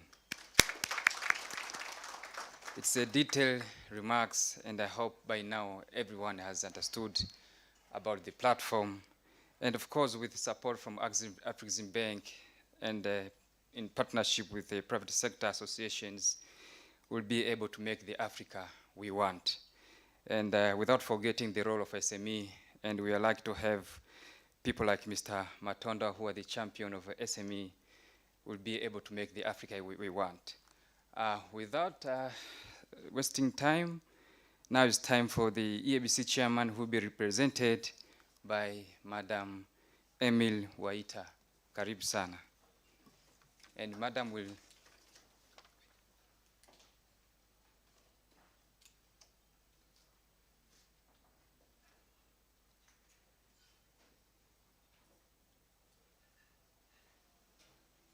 Karibu for the remarks and also welcoming the guest of honor. Good morning, everyone. It's good to see you. Today I have a very simple task, which is to represent our chairman at the East Africa Business Council. But first, allow me to acknowledge the presence of Dr. Kevit Desai, Principal Secretary, EAC and Regional Development. Madam Maureen Ba, thank you for being so passionate, and you know, I mean, you could feel it in her blood, and I think that paves the way for extraordinary conversations this morning. The business membership associations represented here today, I'll not list all of them. EABC members, business leaders present. Dr. Olaka, please allow me to use the phrase, all protocols observed. Like I was introduced, I'm representing our chairman, Mr. Nick Nesbitt, who sends his apologies, and he couldn't be with us here today. But those who know him know he's very passionate about all things Africa, all things African trade. So I'm really honored to be doing this for him, and I can reassure you that he is following the conversations and will take the feedback to him. So I'd like also to appreciate KEPSA, Kenya Bankers Associations, Kenya Association of Manufacturers, Afrexim Bank for partnering with EABC to roll out this very important event and milestone, which is set to spur cross-border trade in the continent via the Mansa digital platform. So the beginning point of any trade is establishing trust. And I think we all agree, based on what Madam Maureen has shared, this platform will build this for us. So the Mansa digital platform is a game changer for intra-Africa trade, as it provides the due diligence information to support business partnerships. So we've heard that it will reduce risks in inter-African trade, such as increased financial crime, reduce the high cost of acquisition of customer due diligence, and I'm glad that the EAC is the first regional economic community to launch the Mansa platform. I think this is a great honor, and as industry champions, we commit to lead this initiative by registering under the Mansa digital platform. It's one of the digital tools that the EABC is rolling out to enable SMEs and corporates to find new partners to scale their industries across the continent and support business recovery. So it has been said by many of the previous speakers that the EAC bloc is the fastest growing regional economic community in Africa, and even despite the COVID-19 pandemic. The implementation of the Africa CFTA started effectively this year, as you all know, and we salute the head of states of the EAC for ratifying it. And as implementing the agreed commitments is vital to realize the benefits of the 1.2 billion continental market. So we at the EABC, we urge that the Republic of South Sudan to also ratify the Africa CFTA, and is steadfast to champion the Buy East Africa, Build East Africa drive, and closely partner with the governments to support all EAC bloc to submit the remaining tariff orders and meet 90% liberalization, the liberalization threshold in order to commence trading under the CFTA. I don't have to repeat the fact that the CFTA brings prosperity. And let me first highlight some of the statistics. Some were mentioned earlier, but some just to re-emphasize the importance of this opportunity. 14 million new, decent new jobs will be created in manufacturing, 52% increase in intra-regional trade, US dollars 450 billion to boost continental GDP, increased trade diversification, inclusion of women, youth, and vulnerable communities in cross-border trades and SMEs. And specific to East Africa, some of the data that's listed here is textiles and clothing exports increased by 100%, heavy manufacturing by 63%, light manufacturing by 61%, processed food by 54%, livestock and meat products by 39%. Since we're in Nairobi, I'll also mention just one specific to Kenya.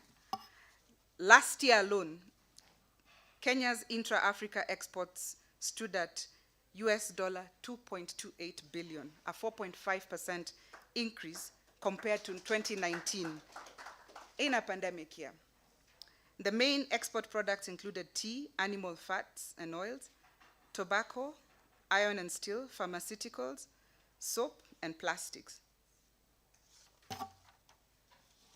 As the East Africa private sector, we are eager and ready to commence trading under the Africa Continental Free Trade Area. So for those of you who haven't already joined the East Africa business community, there's a lot of value and benefits you'll get from being members, and we encourage you to join and receive the specialized services and policy support to enable the expansion of your company across the EAC borders and the continent. We thank you for being here today, and we look forward to fruitful discussions and insights on the opportunities availed through the launch of the MANSA due diligence platform. And with that, I have the honor and privilege to invite the ever eloquent and inspiring Dr. Kevit Desai, PS, EAC, and Regional Development, to share his remarks.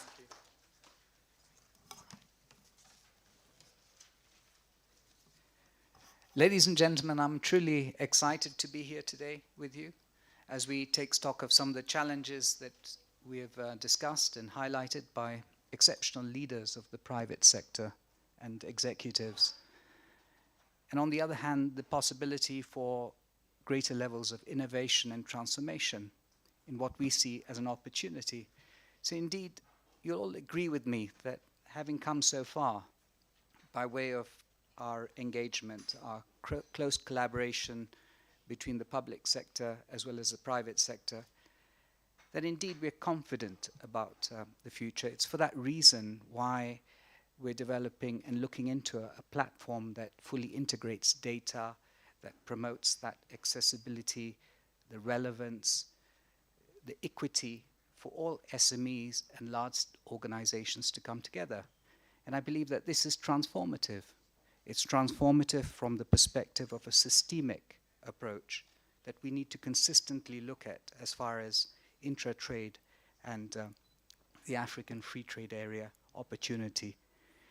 And this brings me to the thought that, ladies and gentlemen, it's this confidence and the fact that we make decisions today by way of adopting and adapting such platforms that also promote trust, because they, in the very essence, they promote greater levels of interactivity. I always think that within this concept of our transformation, the next level of cooperation has to be envisioned as follows. Indeed, as private sector and the public sector, we've come a long way. We've seen efforts by way of initial dialogue and then advocacy. And now we're in that phase of cooperation. And it's what's required, because when we look at the business opportunities that exist, then we need to look at this from a systemic perspective. Issues of collective action and integration by way of policies, legislations, and the regulatory environment, as well as the standards environment. All of this create that capacity for us to enhance our overall intra-trade, and within the context of the African Free Trade Area, that opportunity. And that opportunity that beckons us is obvious to all of us, 1.2 billion people, 6.7 trillion worth of consumerism. It's with that reason in mind that the East African community is one of the most exciting initiatives, simply put, because it looks at this from a holistic perspective. It looks at the transformation of equity and people-centeredness based on outcomes of a market, on outcomes of capacities to promote value addition and diversification. And it does this on a very solid basis of all those years that we have reflected on the EAC. It's put together countless numbers of policies, legislations, the regulatory space, the standard structures, by way of a holistic intervention to markets, and that includes the ability to look into social issues by way of accreditation and recognition of qualifications, of skills and competencies, and the ability for people to travel across the continent and within the East African community. That ability for us to look into all aspects of social capacities, including health, the ability to look into the transformative features of a shared ecosystem by way of our environment and the necessary policies, legislations therein, and also that ability to look at it from an economic-centered perspective, the roads, the infrastructure, the interconnectivity systems, and the ability for us to set the necessary standards within our corporation. To date, there are 1,500 standards which have been agreed upon. And it's this that gives us great confidence to address those key issues that have been brought up today by way of the challenge we have with non-tariff barriers, the challenges we have with the going forward, how do countries and partner states supersede their sovereign policies by way of an EAC all-out capacity as far as policies and standardization. The important role of a trade remedies transformation and resolution mechanism. And indeed, we're all hopeful that within this context, it's this collaboration between the private sector and the public sector which will open up space by way of resolving these issues. Ladies and gentlemen, I need to really stress that this is extremely important. It's for that reason we have these formidable associations like the East African Business Council, the Kenya Private Sector Alliance, the Kenya Bankers Association, all putting forward a very advanced ecosystem. But for that to continually be of great, tremendous value, then it's the private sector institutions themselves that need to build further capacity into these associations and see to it that this new confidence is based on the fact that we are working synergetically, simultaneously, and we have a collective responsibility towards that overall outcome. And therein lies that final element, because at the end of the day, you heard from Mr. Habilulaka that the financial systems are being laid out. What more does a business need? It needs financial systems, it needs markets, and of course it needs human capital. And I'll leave the assessment to yourselves, but you can see that we've come a long way in these three elements. So it's absolutely critical that the capacities for cooperation increase. This will create solutions. We are beginning to see, and in the last financial year, many NTBs being resolved. I'm very hopeful in the next 1 month and before the end of the year that we'll put biggest push for the common external tariff to be concluded. And indeed, we're hoping that collectively we'll have championed this and indeed dependent on that willingness to ensure that we create that capacity for and recognition for local manufacturing. So all is in movement, including the capacities that underpin today's success, the fact that the 6th EAC development strategy echoes the very aspirations that have been talked about by way of promoting that interconnectivity and creating greater levels of trade and diversification and value addition, all with intrinsic capacity to build resilience within our social and economic sectors, the ability to promote self-reliance, and the most important ability to create inclusive development for our continent and in particular our region. Various advanced features are also underway by way of a strategy on how to negotiate with free trade areas as an EAC bloc. This will further promote greater levels of synergy as well as exactness in the way we ensure a meaningful, beneficial, and transformative capacity going forward. There's, of course, the EAC trade and services strategy, which is almost complete. And indeed, there's an EAC strategy on e-commerce, which fits in to the very space that we're trying to open up. As much as we have data, we need to ensure that we're able to promote that strategic initiative. Ladies and gentlemen, as I close, I want to once again re-emphasize the need for us to consistently work together on this ecosystem by collectively addressing issues of policies, legislations, the regulatory environment, the ongoing work we're doing in creating the standards overlay within our ecosystem, but also how we promote partnerships between the public sector and the private sector in infrastructure development to complement the public sector's efforts, to find ways in which keep on enhancing the overall coordination capacity that we've seen today is the very basis of the success that we've seen within the EAC, or the ability for us to create greater capacity in our people so that we're able to fulfill the engagement opportunities within this space. And finally, the important role of innovation, which I think comes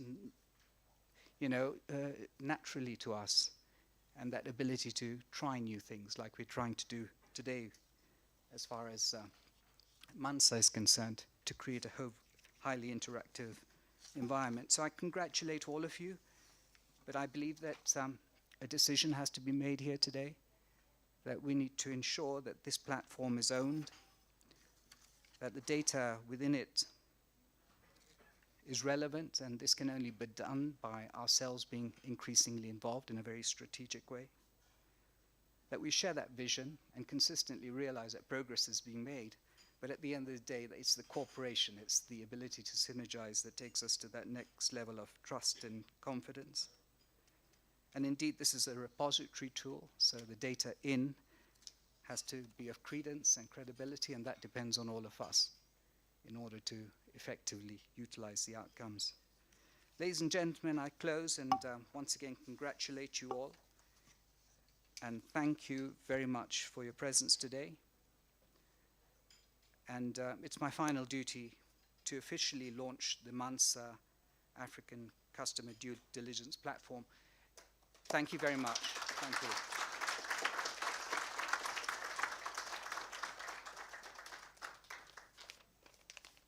Is there any? That's it. Yeah? Yeah, that's it. Thank you very much. Another round of applause. Yes. Thank you very much, Principal Secretary. Now we are going to the moment of truth, which is the official launch of the Mansa platform. As we are setting up, you'll give us just 1 minute. Please, can you help me to take up this? Yes.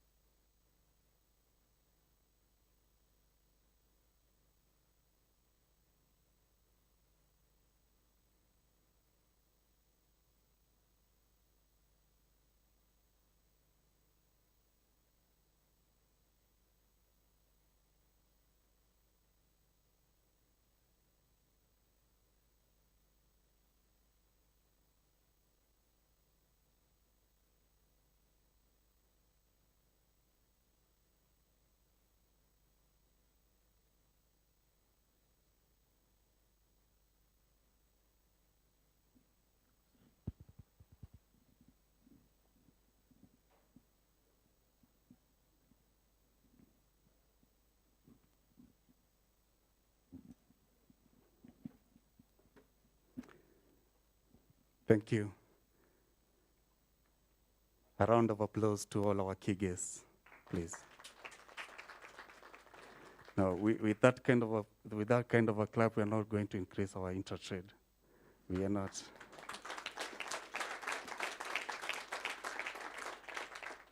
Thank you. My name is Brian from East African Business Council. I'll be leading in this session of the official launch of the Mansa platform. And we are going to do this together. I would like to invite our key guests to stage. Let me start with our CEO, Mr. John Bosco, please. Thank you. Makofi tafadhali. He'll be joined by Mr. Job Wanjohi, the Head of Policy Research and Advocacy, Kenya Association of Manufacturers. Job is left. Okay. He'll be joined by Dr. Habel Olaka, Chief Executive Secretary, Kenya Bankers Association. Daktari, makofi tafadhali. Thank you. I would also like to call on stage our partner, key partner, Ms. Maureen Mba, the head of Mansa Initiative, Afrexim Bank. Makofi tafadhali. I would also like to call on stage Mr. Samuel Matonda, the Chief Executive, the Chamber of Commerce. Makofi tafadhali. The team will also be joined by our Hebel Director, Madam Emily Waiter, Director. Makofi tafadhali. They'll also be joined by our Board Director, Chair Mary Ngeshu. Makofi tafadhali. I'll also want to invite our member, our proud member, very proud member, Safal Group CEO. Is he? He has left. Okay, thank you.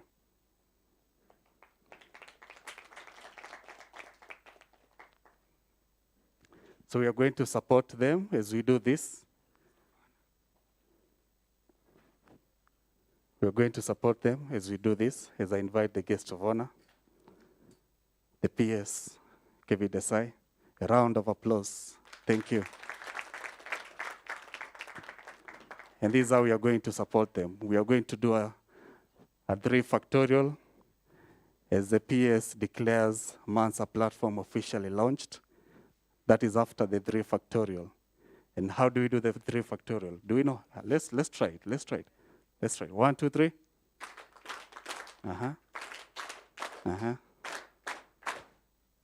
No. You count 3, 2, then 1. Okay? Let's go. Let's do it again. 1, 2, 3. Yes, thank you.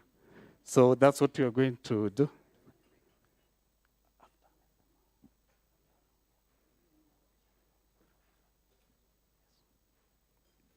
Are we ready? Thank you. So let's do it. 3 factorial claps. Thank you, PS.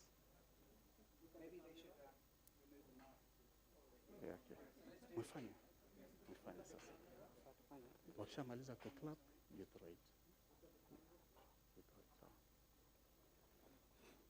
The last time. I'm sure now you know how to do it. Okay. Ready? 1, 2, 3.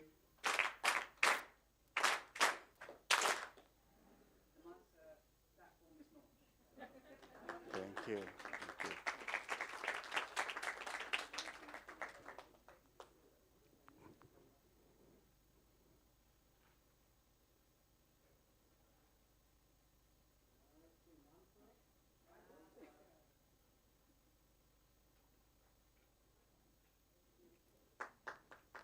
Thank you. Thank you so much.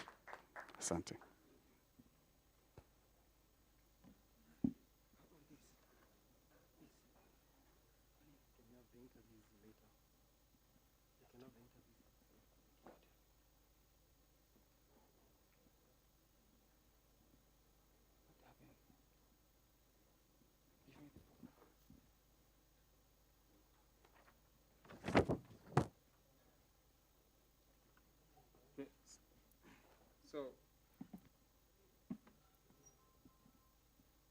While the others are going for the interview, we've prepared for you the second breakfast, light breakfast. Please, those who have not taken breakfast, those who are still, welcome. Karibuni sana. It's for everyone. The breakfast is here. And after the breakfast, we'll come back and proceed with the presentations and the other part of the program. You can take your breakfast, and because of there's a room there, but because of the size, you can take your breakfast also and come back here.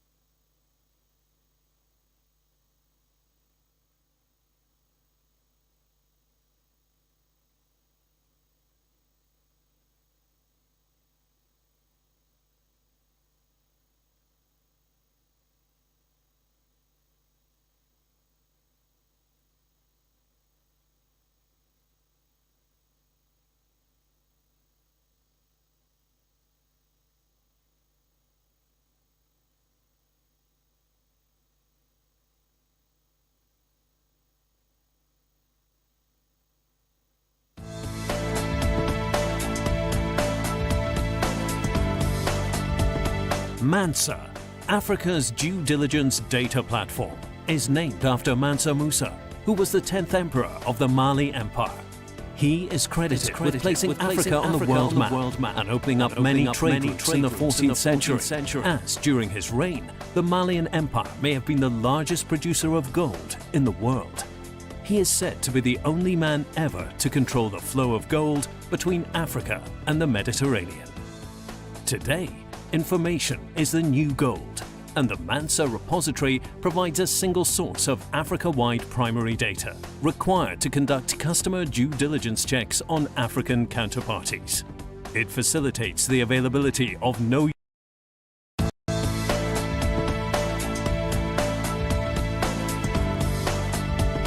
Mansa, Africa's due diligence data platform, is named after Mansa Musa, who was the 10th emperor of the Mali Empire. He is credited with placing Africa on the world map and opening up many trade routes in the 14th century, as during his reign, the Malian Empire may have been the largest producer of gold in the world. He is said to be the only man ever to control the flow of gold between Africa and the Mediterranean. Today, information is the new gold, and the Mansa repository provides a single source of Africa-wide primary data required to conduct customer due diligence checks on African counterparties. It facilitates the availability of Know Your Customer (KYC) information of African entities. Whilst promoting good governance practices, the MANSA platform delivers insight into Africa with the ultimate aim of increasing trade. It does this through access to intelligence on due diligence to enable trade, as well by revealing the investment environment and opportunities to promote trade. Today, MANSA aspires to leave a legacy for trade through enhanced trading relationships and changing the perception of risk on the continent. MANSA features Africa-focused data and information, online access, one-stop place for sharing and accessing of due diligence data, collated information for KYC checks in line with global standards, self-service onboarding of contributors and subscribers, fully automated customer due diligence (CDD) profile workflow, independent corroboration process for contributed data and information, availability of country profiles and investment climate, single window to access investment promotion agencies of all African countries, access to top intra-African traded products. The MANSA's key players include Afreximbank, the operator of the platform, contributors, financial institutions, corporates and small and medium-sized enterprises, SMEs, who voluntarily contribute their data on the repository, subscribers, consumers of the data and information shared on the repository. Subscription is open to all after verification of access. Verifiers, entities that have coordinating or regulatory authorities, as well as associations, registries and credible market entities, such as top 4 firms, credit bureaus, Corporate Affairs Commission, stock exchanges, and others. The benefits of MANSA are numerous in addressing today's trade challenges, important being, for subscribers, one-stop access to CDD information on African counterparties, smoothening of African entities' customer onboarding, reduced compliance costs, consistency of CDD information across various entities in Africa through standardized templates in line with global best practices and standards, provision of visibility on ultimate beneficial owners, UBO.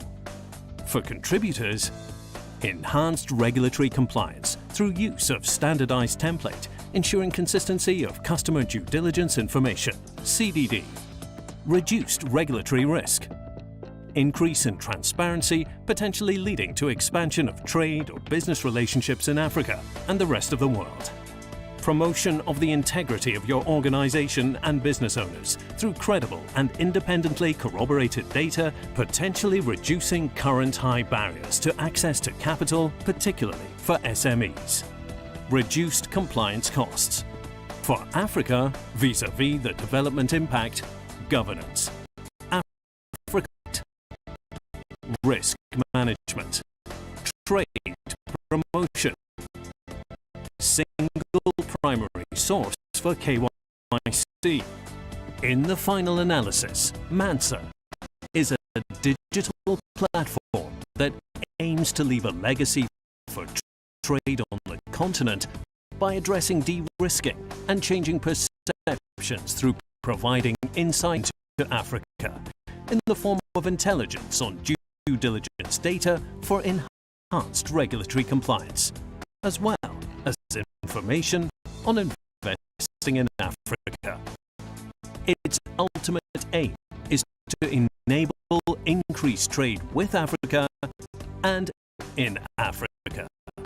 MANSA is we are looking for to bring international financing back into Africa. Because of rising compliance costs, we've had many international banks cut credit lines to African institutions. Many countries have barely one confirming bank, thereby creating big problems for the continent. MANSA is an answer to that. MANSA will create the opportunity for institutions that want to do business for Africa to gain access to the customer due diligence information they require without getting involved in activities that cost so much money. So it compliance costs significantly, and therefore open the doors of Africa to international trade finance banks again. We hope that this will be a major contribution to the drive and trade finance gap we currently are seeing in Africa. MANSA, Africa's due diligence data platform.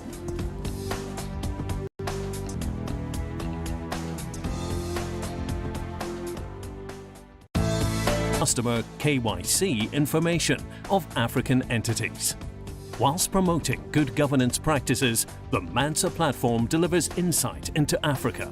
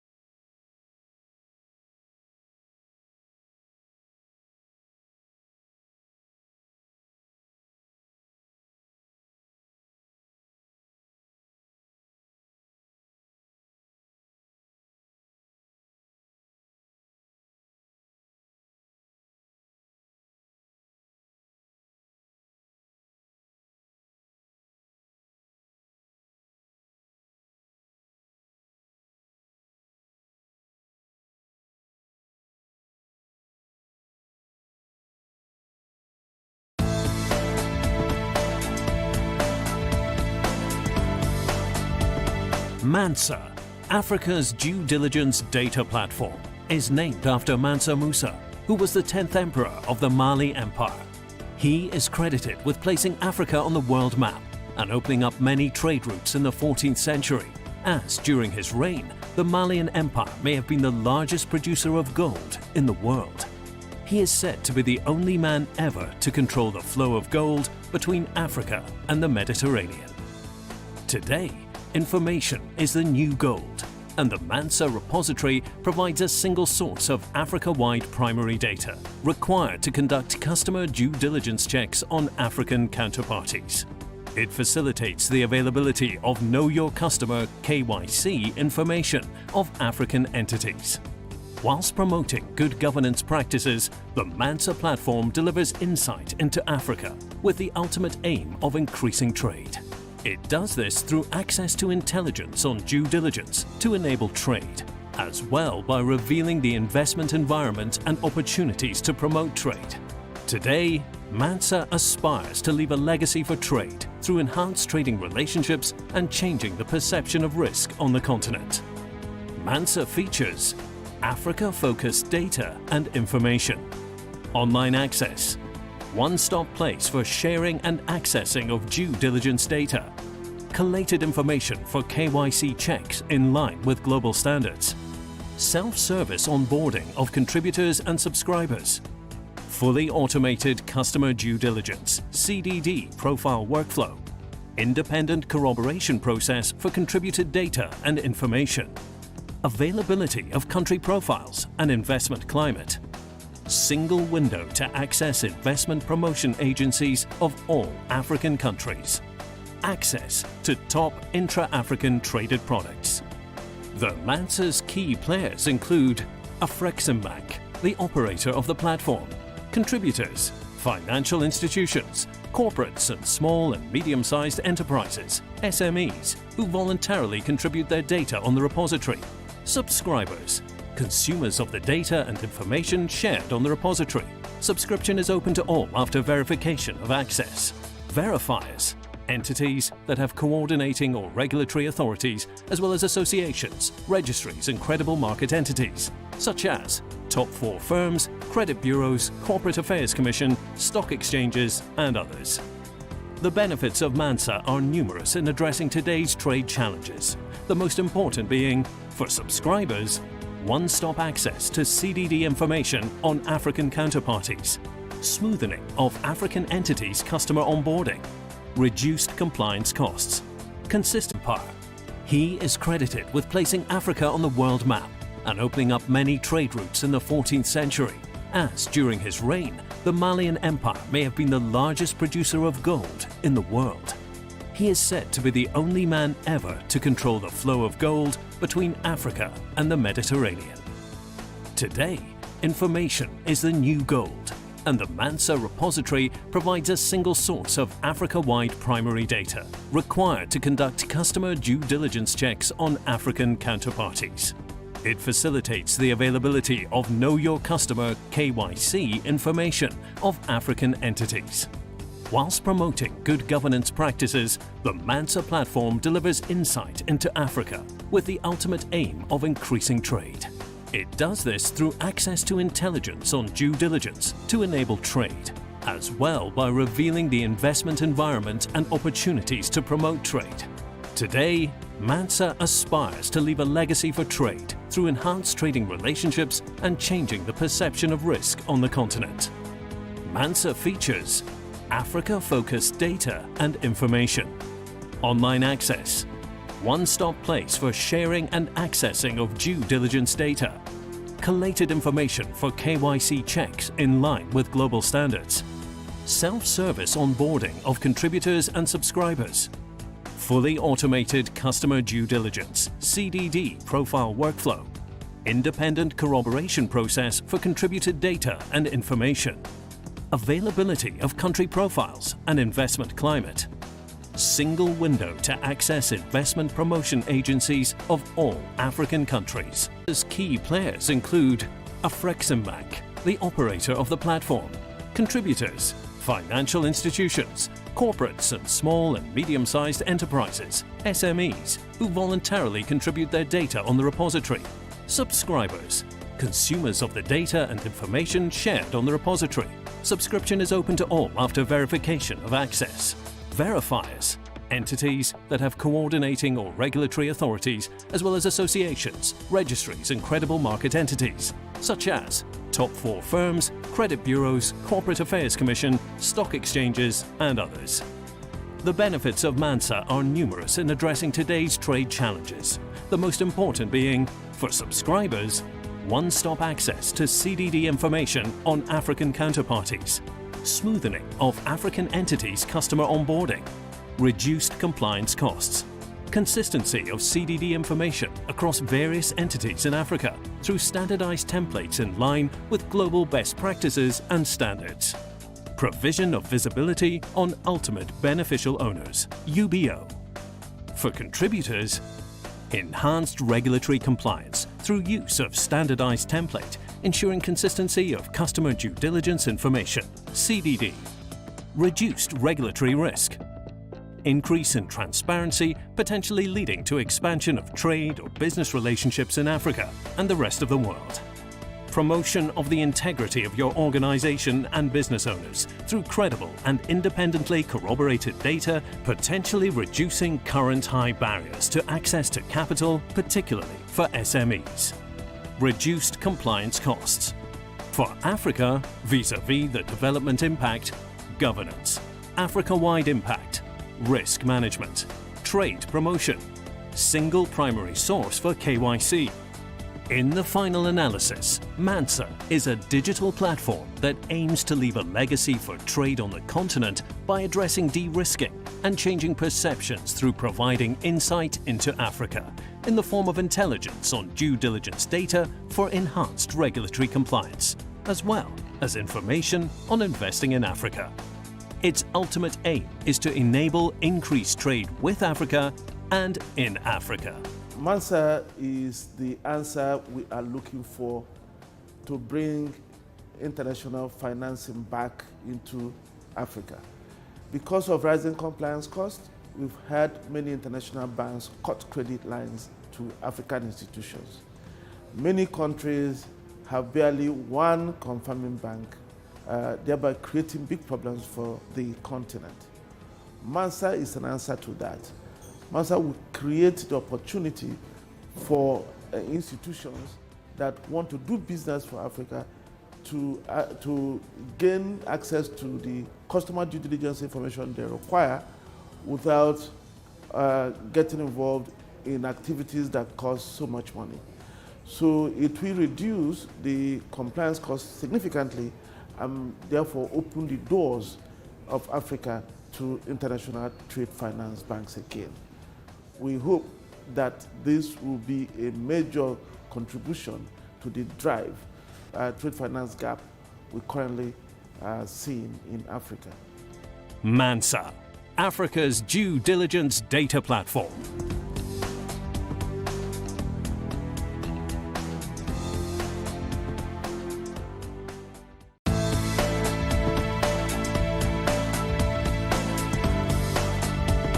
Mansa, Africa's due diligence data platform, is named after Mansa Musa, who was the 10th emperor of the Mali Empire. He is credited with placing Africa on the world map and opening up many trade routes in the 14th century, as during his reign, the Malian Empire may have been the largest producer of gold in the world. He is said to be the only man ever to control the flow of gold between Africa and the Mediterranean. Today, information is the new gold, and the Mansa repository provides a single source of Africa-wide primary data required to conduct customer due diligence checks on African counterparties. It facilitates the availability of Know Your Customer (KYC) information of African entities. Whilst promoting good governance practices, the Mansa platform delivers insight into Africa with the ultimate aim of increasing trade. It does this through access to intelligence on due diligence to enable trade, as well by revealing the investment environment and opportunities to promote trade. Today, Mansa aspires to leave a legacy for trade through enhanced trading relationships and changing the perception of risk on the continent.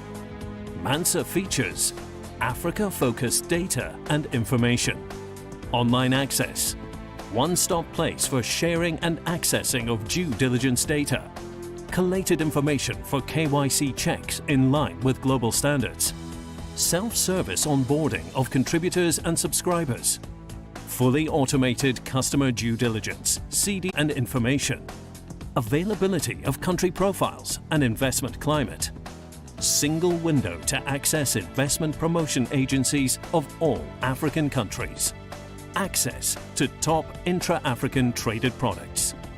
The Mansa's key players include Afreximbank, the operator of the platform, contributors, financial institutions, corporates and small and medium-sized enterprises, SMEs, who voluntarily contribute their data on the repository, subscribers, consumers of the data and information, registries and credible market entities, such as top 4 firms, credit bureaus, corporate affairs commission, stock exchanges, and others. The benefits of Mansa are numerous in addressing today's trade challenges, the most important being, for subscribers, one-stop access to CDD information, credible and independently corroborated, seeing current high barriers to access to capital, particularly for SMEs. Reduced compliance costs. For Africa, vis-à-vis the development impact, governance, Africa-wide impact.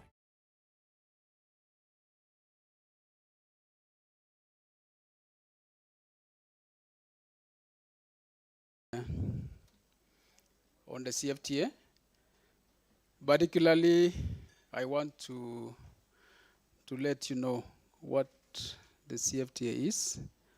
I know you know already, and then maybe the other thing that maybe I will want to say is that where are we in these negotiations? I think it is not very clear outside there where we are.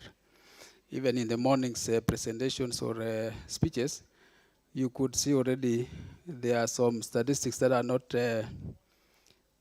up to date. So I will be making those corrections as I make this presentation. And maybe just to say one or two things about the opportunities that are there.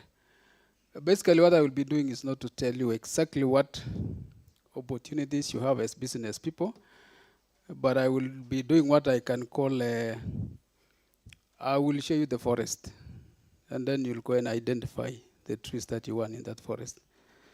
because it is not a one-day's activity, and it is also not something that you can do. You have to be specific in exactly what are you looking for. And maybe if there is anything that we can say after that, maybe Q&A, we can still, I need somebody to close this door. So colleagues, I want first of all to, about the genesis, when and how did it start? The genesis actually is about the African Union Summit. All the presidents of Africa, the 55 countries, decided to move into a CFTA, an African Continental Free Trade Area. Why was it that it was important for the summit to make that decision?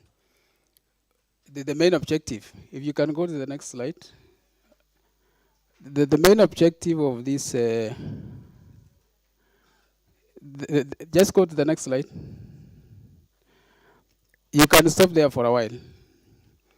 I was saying the main objective of this discussion, or rather this move to the CFTA, is to have a free trade area, a larger market. Larger market in the sense that we have got small regional communities. You have got East African community, you have got COMESA, you have got SADC, you have got others. There are actually 8 regional economic communities in Africa. What the summit decided was we need to have seamless trade in Africa, a large market where you can trade, you can have your products moving seamlessly without any disturbances. Not only products, together with the services. The services means providing services that you all know. But I just wanted to make a clarification in terms of where is this CFTA making sense to the business community in Kenya, in East African community. Where is it? I know some of you are wondering, this is tripartite. But I just wanted to show you, where does it make sense? Is it the whole of Africa? Is it part of Africa? If you can look at that map, you can see the area that is not, that has no names. The other side of it, this is the tripartite region. The tripartite region has got 28 countries.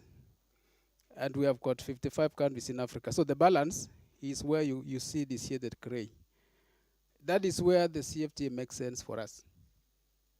It makes sense for us in the sense that we already have a free trade area along the area that is where we have got countries. That is the SADC, COMESA, and East African community. Where we don't have an FTA is where it is shaded. And that is where now the CFTA makes sense for us. That is a market that is being opened. But we are talking about the entire Africa because there are other things that will come in place. As you fix the area that we don't have an FTA, you will also be fixing the problems that we have been having even in the ESC, even in COMESA, even in SADC. So I just wanted to bring that context that it makes sense on that particular area where we don't have an FTA. And that is where I will be asking you now, or rather telling you, that is where you have got markets. Identify what exactly particular countries. And for you to do that, I will be maybe mentioning 1 or 2 things that you may want to do. So can we go to the next slide? I had talked about the genesis. It started in 2015 when the summit decided to move into the CFTA. By the way, it actually started, or rather they launched the CFTA a day after launching the implementation of the tripartite. The tripartite was launched on 14 in Sharm el-Sheikh. And then the next day, the presidents were supposed to move from Sharm el-Sheikh all the way to South Africa to launch the CFTA. So you can imagine the ambition that they had in terms of making Africa to be one market for the business people. They had that determination. And I said in the next slide, I said the main objective, of course, the other things that, if you can go to the next slide, the other things that actually came into being, the main one is to have a large market in Africa where you'll be selling your things and moving your goods. But of course, you will still have other things that will come into play in terms of you will have a large area for investments within Africa or even from investors from outside. The CFTA also was going to solve some of the problems that we have been having, like multiple membership, the issues that comes around the multiple membership. The moment you do the trade facilitation issues, the customs issues, you harmonize them, the rules of origin, you harmonize them, you are actually solving the problems that we have been having within the areas that we have got trade, even the non-tariff barriers. You realize that one of the things, or rather one of the reasons why we have not been having a lot of trade in Africa is because of the non-tariff barriers, apart from the tariffs now. So that is one of the things that were going to be solved by the CFTA. And I will be showing those annexes that are actually moving towards solving those particular problems. Now, can we go to the next slide?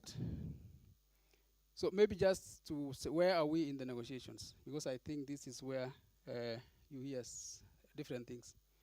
You hear somebody saying there's been a lot of trade because of the CFTA, which is not true. You hear somebody saying, yes, I have sent some products to a particular country in the context of the CFTA, which is not true also. So what is the truth? Where are we?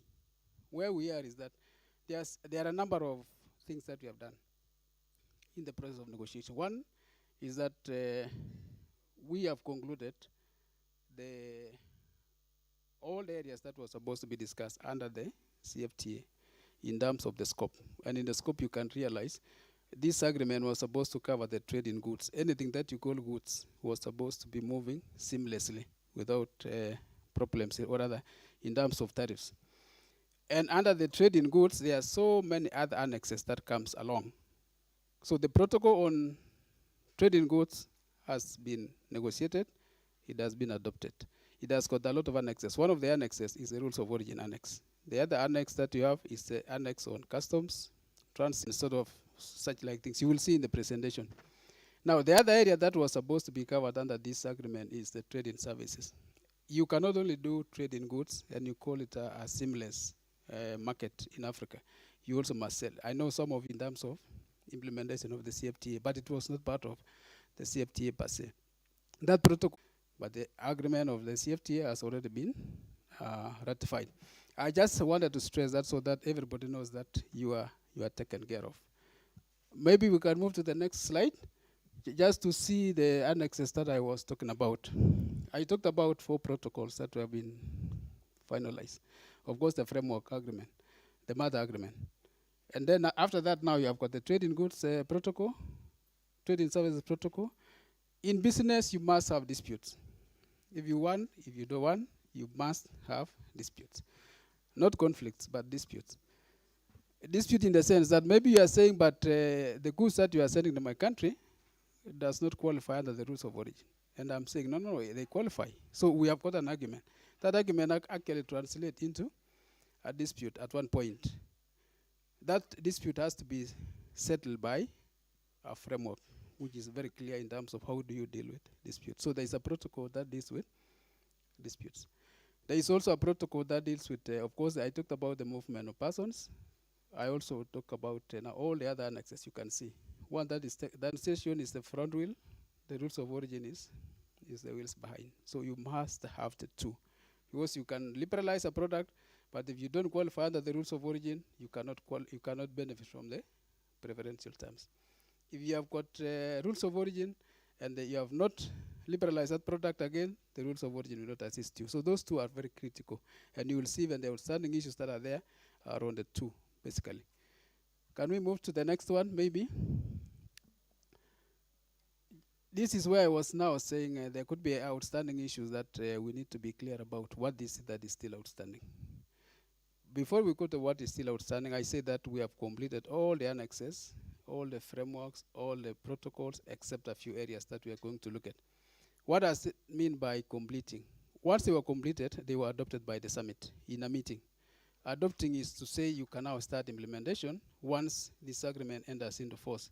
And this agreement entered into force when the 22 ratifications that were required were attained. In the presentation, you can see the dates. Now, in terms of what is outstanding, I say the tariff concession is a critical thing in an FTA. There are about 41 tariff offers.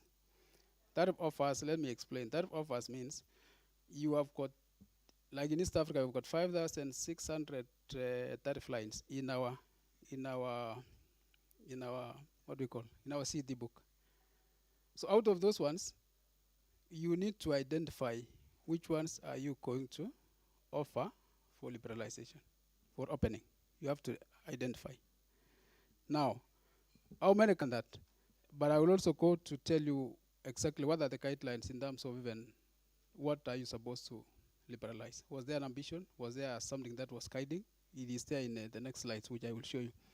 So out of the 55 countries, those who have finalized that process of identifying what they do, you ought to benefit out of this framework. But where are we in that? We have moved quite a bit, but there are still outstanding areas in terms of identifying now which are these areas that you can allow a country to come and do. Which are these areas where you can allow an engineer to come and do engineering in your country, to provide engineering services, to provide teaching services, to provide nursing services, and all of those services which have been identified as part of the first phase. That is still work that is still outstanding. For you to come and do that kind of a thing in a country, you must have been allowed by that particular country. Allowing you means it must have been in the commitment in that particular agreement. So that is outstanding. That is still being negotiated. In fact, as we are talking, there is a team that is in motion now, still struggling to finalize the ESG part of it in this. So that is still outstanding, but quite a bit has already been done. The other issues that are still outstanding now are the phase 2 issues. There were 2 phases, phase 1 and phase 2. Phase 2 issues were the trade-related areas. Phase 1 is the trade in goods and trade in services.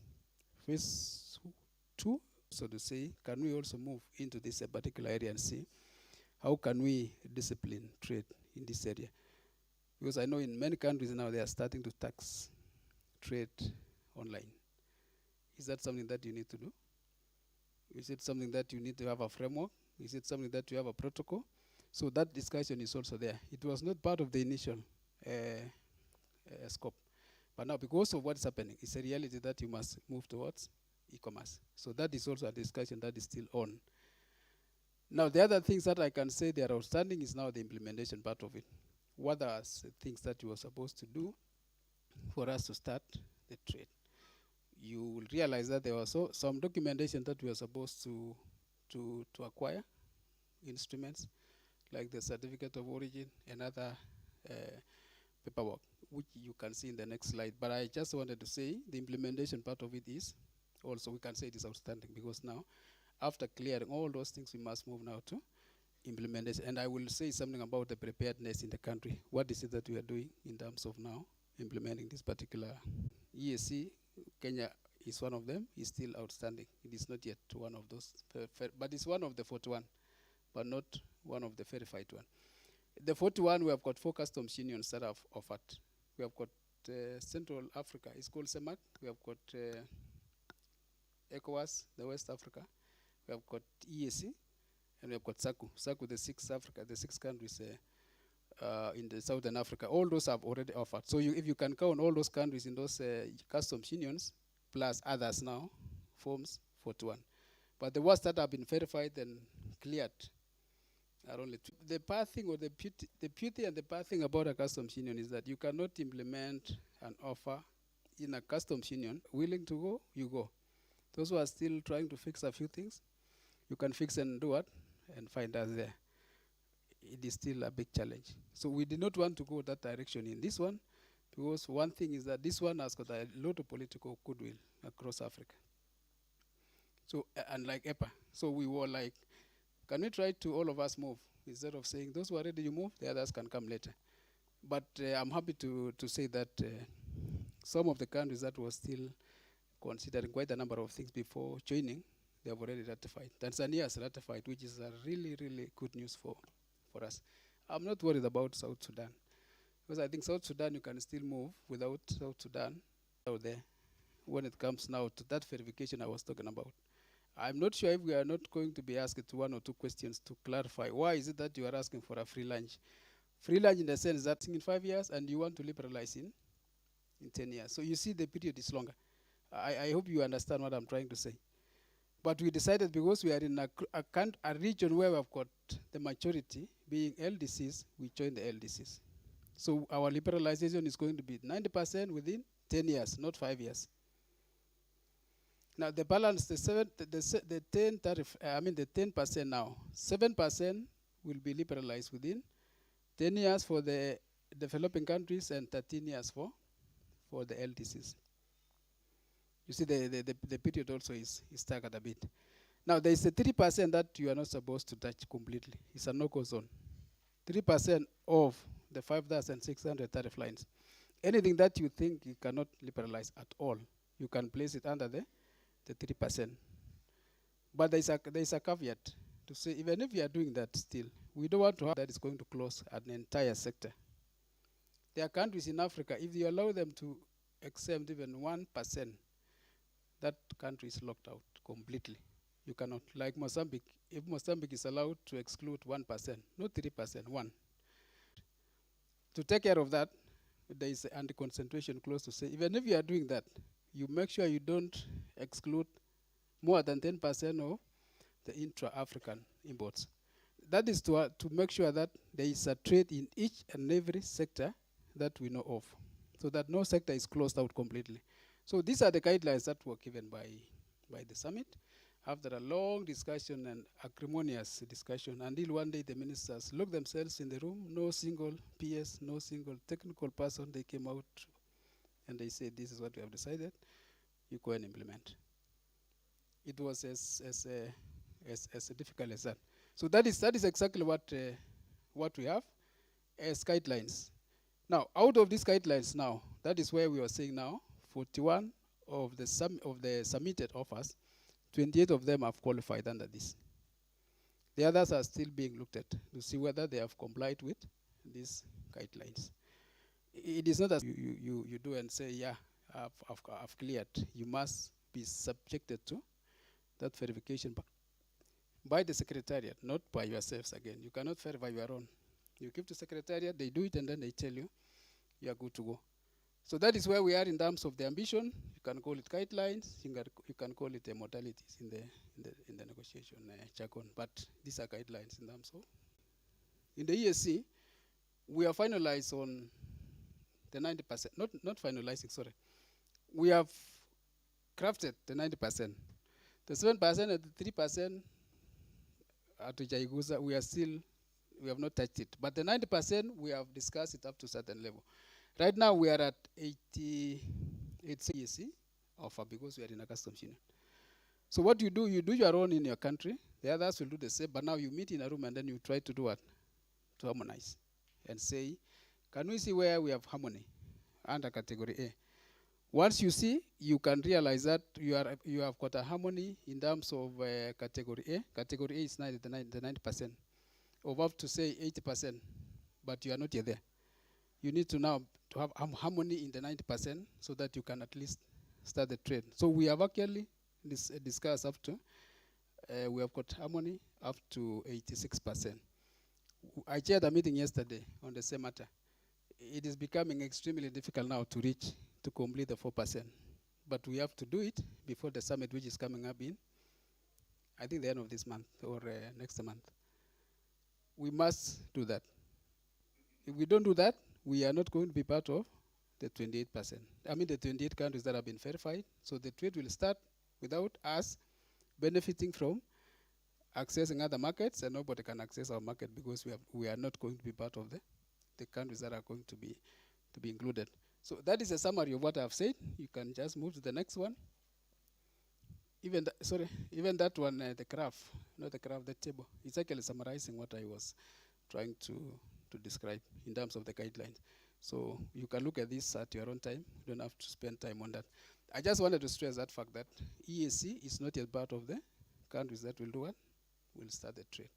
There was a ministerial meeting last 2 weeks ago, and they decided that for those who are ready, let them start the trade as soon as the summit clears in the next meeting, which is coming in about a month. Those who are not ready, they can wait. Once they are ready, being in a customs union. Move to the next. I think this one I have talked about, exclusion list and the concentration, that is an important part of it. Move to the next one. I was just wanted to, I know particularly those who have, of course, you are all from ESC. Somebody might be asking, how did you decide? How do you decide to put a product in category A or B or C? I just wanted to just let you know what we considered, and you can read this. As it's good for you to know, so that if you see something that is not moving well, you know this one is what we considered. We looked at the trade across Africa, trade within ESC, trade with the rest of the world. We looked at the frameworks that we have already. In the CET, there are products that are at zero right now, so we looked at those ones. We also looked at the CET review that is going on. What are the proposals by each and every country? That was also considered. Where there is very low trade, you also look at it and say, what is your risk? Focus that in terms of knowing where to put in terms of the actual trade that you want. So this is just to let you know what exactly did we consider in terms of categorizing, either in the 90%, the 7%, or the 3%. If there is any question, we can look at that later, but we can move to the next one. I think I'm almost finalizing. I think I've talked a lot. Can we move to the next one, my brother? It's not moving. I can speak without...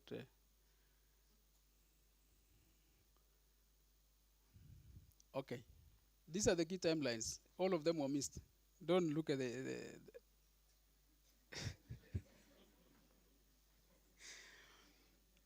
the first one was the submission of tariff offers for the 90%. They were supposed to have been concluded by September 2019. Now we are in September was last month of 2021. The other one was submission of tariff offers of 7%. 2019 again, we have not even started. The next one was submission of tariff concessions. The concession in terms of the trading services, we are still struggling to finalize them. One of the reasons why this one is happening is because of this thing that everybody is blaming, the COVID. When COVID came, we were disorganized. For a whole 1 year, we didn't have a single meeting. We wanted to start virtual meetings, but legal issues came in and say, how will you even call it a meeting when you are in Johannesburg, I'm in Nairobi, the other one is in Wakaduku. How do you call it a meeting? It is not covered in the framework of the instruments of African Union. How do you call it? So it took a long time even for that to be resolved. How are you sure about the confidentiality? Once you are talking in the air, how many people are going to hear it? So those are the things that we grappled with them for a whole 1 year. So by the time we are agreeing to move to the virtual meetings, 1 year had gone already. But we have moved quite a bit after we agreed, and I'm happy that a few physical meetings are going on right now. So I think things will be moving once, the pressure now is the summit that is coming up. The summit wants to see the trade taking place, because the summit has already declared the trade to start January 2021. But no single kilo has been exchanged in Africa under the CFTA. There was I call it ceremonial. Is it ceremonial? What do we call it? There was a consignment from Ghana to South Africa on the first day of the CFTA implementation. But that was just to indicate that, yes, we are in it. But in actual sense, that was not under the CFTA, because now, even the tariff offers had not been approved up to now. So under what context? What did you charge? What is the legal basis of that? There was no legal basis. So it was just an indication, a symbolic thing to say we are in the CFTA and we are sending a consignment from Accra to Johannesburg, which happened. I'm sure you all saw it. But in terms of actual trade in the CFTA, it is yet to happen. It actually might happen now after the coming summit. But the other timelines now that I'm talking about, the summit now has decided that we must conclude everything by the end of this year, and I believe it is going to be actualized this particular time. The 28 countries are going to put pressure on the others to move. Can we look at the next one?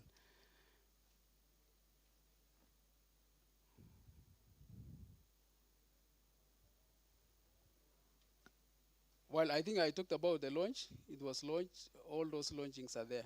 you can read for yourself and whatever was. Maybe the only thing that I want to stress there is that apart from the rules of origin where we are at that particular time, which was adopted by the summit, there is what we call African Trade Observatory.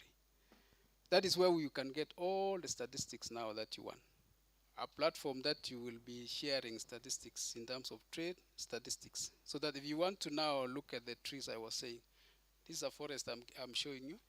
If you want to know the trees in the forest, you can use that particular platform. You look at the trade, look at the trade statistics. You can use it now to check what is the potential in which market. You can use that particular platform. So that one was adopted by the summit also. The summit also was supposed to, we wanted to experiment in terms of negotiating online. Instead of flying to all over the place in Africa, you can negotiate online using that platform again, the web-based. It became a challenge. So I don't want to dwell on that so much, but it was adopted, but it's like it didn't happen, even though it is there. So maybe the other things that are there, I think I've already talked about. Can we move to the next slide? Maybe 2 more remaining. Now, this is where I think you were waiting for me to say. As I said, again, I'm going to give you the forest, and then you can look at the trees in the forest. And just to say that as part of the objective of this is a seamless African market, where you have got a market of 1.2 billion people. That is a huge population. You look at the GDP of 3.4 trillion, that is also a huge, huge market that you cannot ignore. I think that is one thing that you must look at. But now, in terms of the market potential, how do you identify the market potential? Because I was saying, the whole of that gray area, that gray region, you have got markets there. If you go to Nigeria right now, most of their consumables, they come from outside. I'm just giving a Nigeria because Nigeria is a huge market. That is a place where somebody can say, can I look at this particular market? But how do you identify that? You look at what Nigeria is importing from the rest of the world, and you can actually be one of those rest of the world in Nigeria. Look at what they have, what they're importing. What they are importing, actually, you can be one of those. That is a cake that you must share with the rest of the world. Once you look at that, you come and look at your own self now and say, do I have this particular product? Do I have the right volumes? Because volumes is also a critical matter. What is it that you can do yourself? If you cannot do it now, what is it that you can do now as a country? And that is the discussion that we must have as Kenya. What we don't have, and there is market, what can we do to have it? What we don't have the volumes, and we have the market, what is it that we can do? What we don't have the right quality or value added, how can you do it as a country?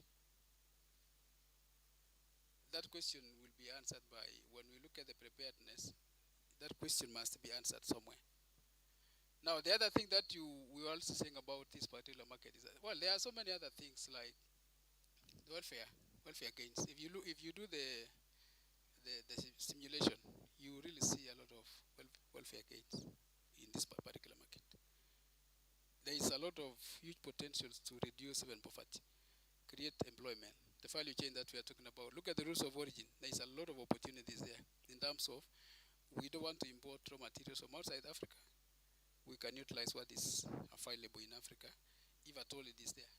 So those are opportunities that you can actually say, Nigeria is doing this particular product, but I have the raw materials in Kenya using the rules of origin. Once you look at that, you can prepare to do what? To send that particular consignment to Nigeria. Kenya is doing textiles. The 4 countries in Central Africa that are doing cotton, the Burkina Faso, Benin, Mali, and which one? You can get cotton from there instead of getting cotton from China or from India or from wherever. Just get it from here and then use it. So you see now you are creating market for yourselves in the name of regional value chain. So the rules of origin actually creates a lot of opportunity for you. I was privileged to chair that technical working group for the 3 terms that we have been there. So at least I can talk about rules of origin without making reference. that is an opportunity that you must look at and get something from there. Now, the other things are a large area for investment. You can invest, you can get a partner from wherever outside Africa to come and invest, and you benefit from this particular market that is large. All these are things that we need to do. But the big question is, we've been having these markets elsewhere, isn't it? We have the market in East, we have a market in East Africa, of course, at least we are utilizing. Commerce idling, we are also utilizing. We have the market in Europe under the Cotonou framework, now under the EPA. How much are we sending there? We have got the market in the US under AGOA. How much? Now we have got this big one, Africa. How much are we going to utilize? What are the challenges that have been hindering us from accessing these particular markets? At least they were identified when we were developing the national export strategy. We identified the challenges, we identified what needs to be done, the intervention areas, who is supposed to intervene at what particular point.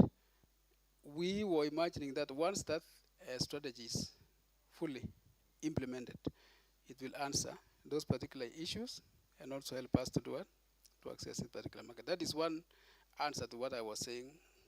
How are we prepared now to benefit out of this market? For those who have seen the export strategy, you also need to look at it. Look at it and see where you can come in. Areas that need somebody to intervene. If you cannot do it, if the government cannot do it, can you do it together with who is our sister who was here? The Afrexim Bank. Afrexim Bank has offered to make sure that this CFTA is realized. They have given a lot of money, a lot of money. Can you look at those particular areas and see whether you can intervene together with the financial institutions? If the government can do it, if you can do it alone, if you can do it together with the financial institution. Once we do that, you will also be helping even those who are unable to do it here, in the sense that you are creating a consumer base. So you'll be buying her raw materials because you're already able to do it, to process. So this one area that I was saying there should be an answer. The second answer that we want to talk about is the national, the CFTA strategy. The CFTA strategy has identified areas that needs to be intervened also. So those two documents, the national export strategy, the CFTA strategy, which we are finalizing, actually, by the way, we need to sensitize people about it. Those two must answer the question that are we going to utilize this particular market, this particular time, and not like the usual. So I thought that is something that I wanted to stress, particularly from the ministry that is in charge of industrialization and trade and enterprise development. So that is, but we cannot do it alone. We must do it together with you people. We have nothing to sell. You have it, but we can talk and say, where is the way? Who can lead the way? Who can follow? Very good. So that, I think that is one area that I thought we should stress, or rather put some more effort in terms of discussing. But can we move to the next one? That should be the final one. If it's not the final one, then I think I will just stop. The national prepare, I talked about this. We are finalizing the implementation strategy assisted by UNECA. I must say this again. There's a lot of goodwill outside there in terms of everybody wants to be part of this story. Everybody outside there. Talk about the EU, talk about the US, talk about Afrexim Bank, talk about anybody who has got money. They want to be part of this. So can we take advantage of that? The other thing that I was talking about is the trading. Before you export, certificate of origin is like an identity, or rather a passport. The citizenship of a product is called rules of origin. So once you qualify as a citizen, I mean, once that product qualifies under the condition set, or rather agreed, you give it a certificate, which is like a passport. to use it now going to another country to say, I'm a Kenyan. You can look at the passport. So once you present that certificate at the border, nobody's going to question it. So we are rolling out, KRA is rolling out those documentations. Right? They have been approved. It's about printing them out. So that once you start the trade, you can already have those documents. We also have got focal points so that you know if you have got an issue on this particular matter, where do you go? You should know. So those focal points are there in each and every country. We have identified our focal points on trading services, on the rules of origin, on many other things. So those ones are there as part of implementation of this agreement. There is the National Monitoring Committee on NTB. This monitoring committee is the one that will be able to follow. If there is an NTB, and I think I should have mentioned, under the monitoring mechanism, like if there is an NTB, you first of all report it through a platform. Everybody will see across Africa that Kenya is imposing an NTB. The 55 countries will see it. Now you monitor. After reporting it, you monitor the movement. How are you resolving it until the end? So once it is resolved, it will be removed from that particular system. There is also an SMS one, an SMS based, so that once you identify an NTB, you use an SMS platform again. Let me call it platform, for lack of a better word. So you can do that SMS, or this one is like an internet-based one. So once you do that, everybody will see it. And that is already pressure across Africa that you are doing something that is contrary. You will be under pressure to do it, to remove it. We have it in under the tripartite. It's working, but not very much. That is one area that I can say, in terms of preparedness, the NTB issues are sorted out. We have identified also that particular committee as a country. Apart from now having a unit at the ministry level, we have got a unit dealing with CFTA only, nothing else, a fully fledged unit. So that if there are issues that you have, that is a place that you can always land. So in terms of preparedness as a country, I think we are prepared to do it, to roll out this as soon as the tariff offers are approved. It should be the last one. Maybe the way forward is to continue talking. What am I saying? We need to continue talking in terms of what are the things that we need to do together so that we can benefit out of this CFTA, so that it is not another story that we are just hearing and not necessarily benefiting out of it. Support that you need, the ministry is available. Even if we have nothing to give you, we can talk to you. If there is nothing we can give you, we can hear you. So let us continue talking. We are going to roll out a huge sensitization program for all the Kenyans to know. And it is the same for all the other countries. East African Business Council, you also be very active. Train your people. I heard somebody talking about training.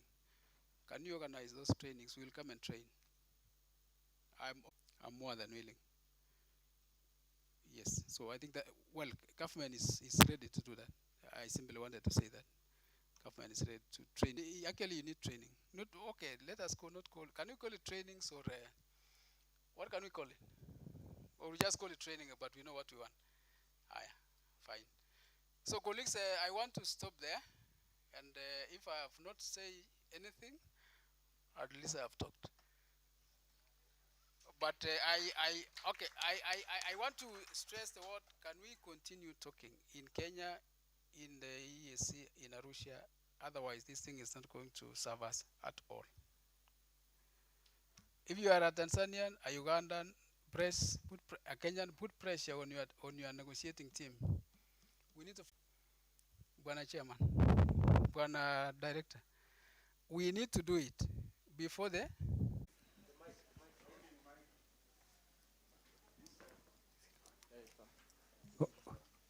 Okay, thank you very much for your question, for your presentation.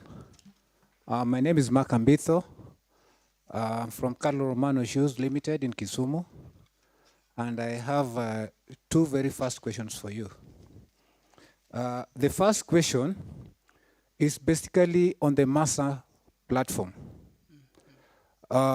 We know that for you to trade with an entity or organization, you need to have very credible data, confidence to investors who are going to trade with actually entities in Kenya. The second question, which is the first one on you also, is actually on the question of the rule of origin. I'm in the footwear industry, and in most cases you find that some people subcontract companies in China to actually make for them the uppers, and then you bring them here, and then you just do the full assembling. What is the percentage? If you want to uplift the indigenous industries, we must make sure that majority of the percentage is done here. That's when the African entities can benefit. What is actually the percentage that is required so that at least we make sure that it's not going to be abused, whereby we'll subcontract these jobs to China or to India, and then we just do the finishing or labeling, and then we'll export to other African countries. My name is Margaret Wanja. I'm a business lady. You have talked of small in the concept of Mansa. Please elaborate as to whether you meant SMEs or what level of small.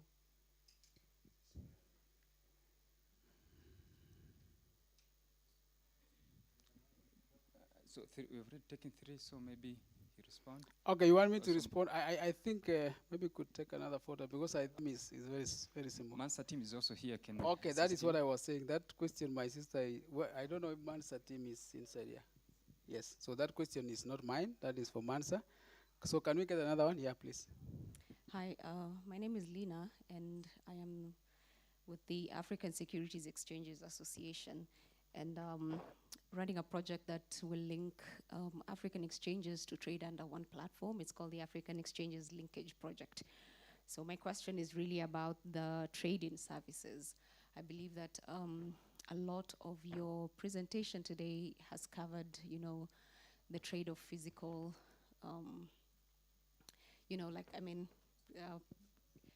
physical commodities, if I may say it that way. So what exactly is being done towards this, and if we would like to participate in the AFCFTA, who exactly do we reach out to? Is it on a national basis, or do we have to go to the actual African Union, because it is more of a market integration of African exchanges? Thank you. Okay. Maybe I can, first of all, let me start with my brother who's doing the shoes in Kisumu. The issue of credible data in this country is not this country only. I think in the whole of Africa, it's an issue.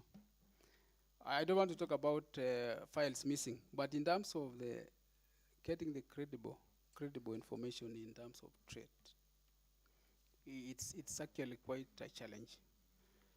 At times we are using statistics which are not talking to each other. You could be saying exports from Kenya to the UK is this much. If you look at the same statistics, imports from, you get my point. It depends on which angle you're looking at. You go to ITC statistics, they give you totally different figure. You go to Comtrade statistics, different figure. You come to our KRA and the National Bureau of Statistics, they have got figures which are the same, but they may not be, because they are using the same source.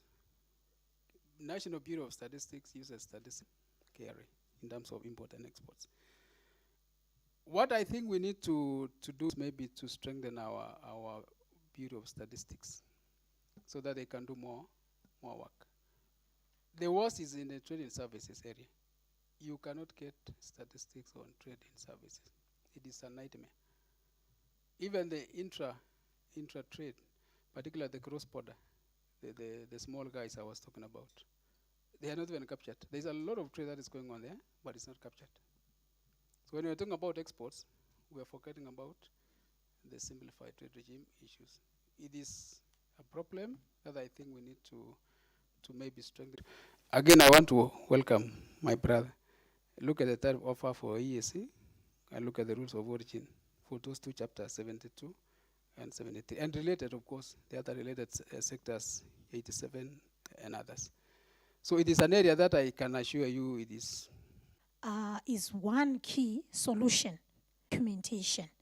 Yes, the digital world, registration of companies, such that registration certificates and other documentation in terms of company registration can actually be digitized. We are in talks with several government organizations or arms like company registrars as we seek that they take up the verifier role on the Mansa repository platform. And the issue that you are raising of how do I then know the counterparties that I'm dealing with, we look up to the governments of Africa to have the necessary infrastructure. It covers ultimate beneficiary owners, and that speaks to what you have been talking about, the complex company structures that we are seeing, a company registered in Mauritius operating in Kenya by company B and company C. Then in turn, company C and B are owned by company XYZ and company XW. You see? And who is the natural person? Because entities don't form themselves. So this concept of disclosing the ultimate beneficiary owner has become critical. Why? Because the international rules require that whoever is processing a transaction, such that you do not move or deal with funds derived from illicit activity, drug trafficking. So that's the purpose why you need to know your customer. So the ultimate beneficiary ownership is actually part of information that is actually disclosed in the Mansa repository platform. So that by subscribing to the Mansa repository platform, you will be able to see your counterparties.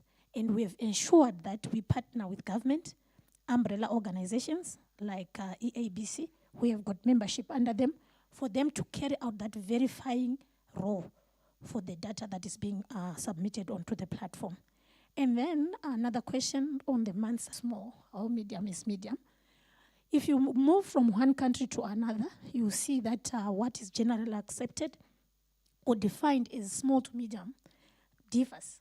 So what we have done, because we are looking at the whole of Africa, we have not given a repository platform, but what we have ensured is that for our small to medium enterprises, we have come up with a template that points to best international standards of corporate governance. There are certain requirements, simple things, documentation in place, so that you showcase your ability to access funding. Thank you. Well covered.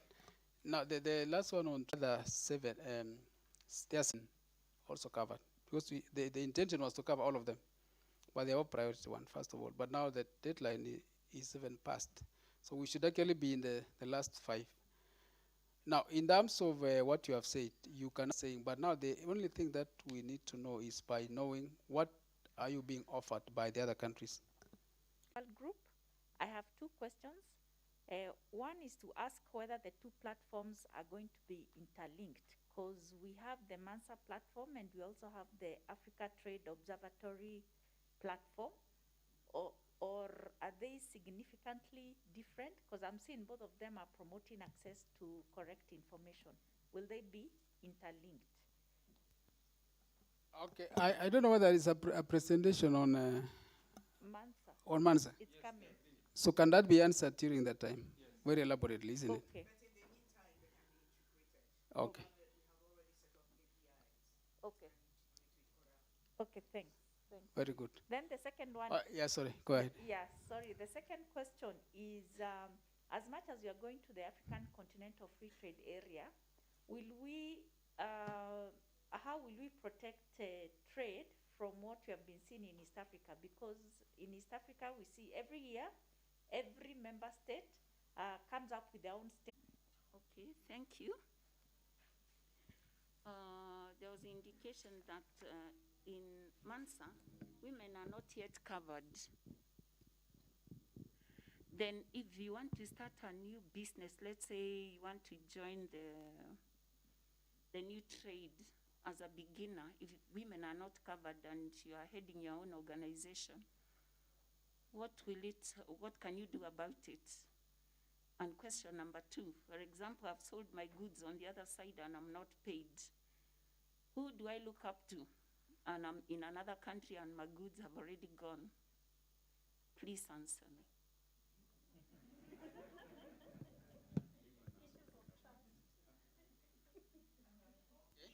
Can we hear the last one maybe?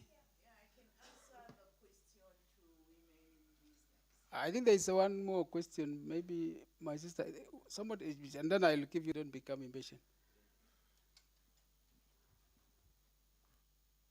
The last one. All right. Probably to add on what she said about the free border agreement. One of the challenges that we have is that we have really poor infrastructure as Africa. So you mentioned there are about 28 countries that have already verified. But out of those ones, I think there's only Egypt and South Africa, and arguably Ghana, that has the capacity and infrastructure to participate in FCFTA. So how does Kenya, as a country, pull onto this? As a country, feel that it can address this particular issue? Yes, and infrastructure. Infrastructure to trade, all right. Those are the challenges. Logistics. Do you want to start? If it is on Mansa, are we already preempting your presentation, maybe? Yeah, so we don't want to do that.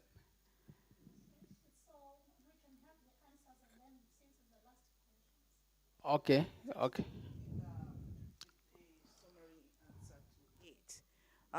For the Mansa initiative, I think one of the key entities are the women.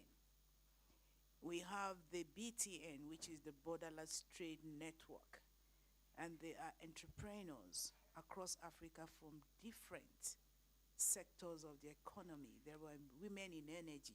When we had a webinar with them, listening to the women talking about their different products, I was amazed. I never knew women had actually grown to that extent. In Zimbabwe, we have also all entities processing cross-border payments. Exim Bank is actually putting across to Africa to embrace the Africa Trade Gateway. I've heard from the opening remarks a talk about the investment opportunities across Africa, how to identify those. As we, Afrexim Bank, are supporting the Africa Continental Free Trade Agreement, we have noted our current challenges as Africa, and we are of the view that digital solutions are the answer. So all that you see there are digital solutions that are being proffered by Afrexim Bank. The first one, we call it TIP, Trade Information Portal. It's a separate digital platform that we are not talking about today, but I'm mentioning it so that we see where Mansa fits in. The Trade Information Portal will give you or identify market opportunities. I was listening when the previous presenters were actually struggling to say, so how do you know the opportunities that you can find for your business across Africa? Afrexim Bank has come up with the TIP, which is the Trade Information Portal. It will tell you around the 54 countries, where do you find your extractive minerals, your gold? Where is the diamond? Where can you go and set up a manufacturing plant so that you take advantage of the natural resources that are there? That's the Trade Information Portal. It seeks to showcase the opportunities, the market opportunities around the 54 countries of Africa. After you have identified the opportunities, you now need to know the rules and regulations of that particular country for you to go and set up your business, whether import, export, or actually establishing an enterprise within that country. We have also come up with what we call the Trade Regulatory Information Portal, TRIP. This one uncovers the market rules for all the 54 countries of Africa. So it will be easy for you to know where to step on and where not to step on, the do's and don'ts of all the 54 countries when it comes to trade and investment. Now that you have identified your opportunity, you know the market transaction platform, so that movement of money is also enhanced on real-time basis. Right? After the ATEX, we also have got what we call PAPS. PAPS is an acronym for Pan-African Payment and Settlement System. The PAPS, we call it a pay in your local currency platform. In other words, we are saying let's reduce our demand for the US dollar, for the euro, for the rand, or for any form of foreign currency. As long as we are trading in Africa, Africa should be a local market. So I should be able to buy from South Africa using my Kenyan shillings, straight from my salary to bring me goods from South Africa, to bring me goods from Nigeria, from Ghana. You pay using your local currency. How does that go? We are engaging. The PAPS has been piloted already in the West Africa Monetary Zone. 5 countries participated, and currently the platform is up and running. Engagements with all the governments of Africa are actually ongoing to outroll it to the rest of Africa. How does the clearing go? The Central Bank of Kenya with the Reserve Bank of South Africa will do the clearing such that when you pay your Kenyan shillings, your supplier in South Africa will receive the South African rand, and Afreximbank will play the clearing role. How is that? How is that? Can we clap hands for the brains behind that? So you can see that MANSA is not just an initiative out of nowhere. We have come up with the Africa Continental Free Trade Agreement, and we need to put wheels to it. These are the wheels. We will be able to pay. We will be able to verify our counterparties. The last hurdle, which the last presenter actually acknowledged that we are not yet there, is how to navigate Africa. And I'm glad that there is a plan, and our African leaders, our institutions, both public and private, are very much aware of the challenge that we have regarding connecting Cape to Cairo. So the infrastructure, I also didn't know there's a master plan. I'm happy to hear that there's a master plan. So in terms of navigating, Afreximbank is also working closely. Afreximbank is also working closely with the governments of Africa for development of infrastructure. Recently, for the COMESA region, we have unveiled what we call the transit bond. When you want to move your goods across COMESA countries, you don't need so many bonds. You just need that one financial instrument. Afreximbank issued transit bond, and you can move your goods across all the African the COMESA countries without a lot of hurdles. So that's what we can say about how do we navigate Africa. We are aware of the challenges of infrastructure, and we are doing a lot so that at the end of the day, we should be where we are. Without wasting a lot of time, my call, I think the last slide should be a call. We as Afreximbank, I wish to read that. We at Afreximbank hereby call on all African entities, governments and regulators to embrace and onboard the MANSA repository platform. That's our message today. Together united, we can make Africa great. Thank you very much. Maybe, sorry, as I step down, I'll ask you to play the 5 minutes video. It's just 5 minutes. I think the video has been around, but I've not seen the visuals. I've been hearing it. While they are playing, I wanted to also announce that the technical team will be here after this session. So those who are interested to on board, the team is here. You can see me, and it will help you to register your company to the MANSA platform. And thank you for the call. Thank you. Maybe you stay there for questions, or you can answer even if you're there. No. After the play of the video. Let's have the 5 minutes video. I think it will summarize everything that we've been saying.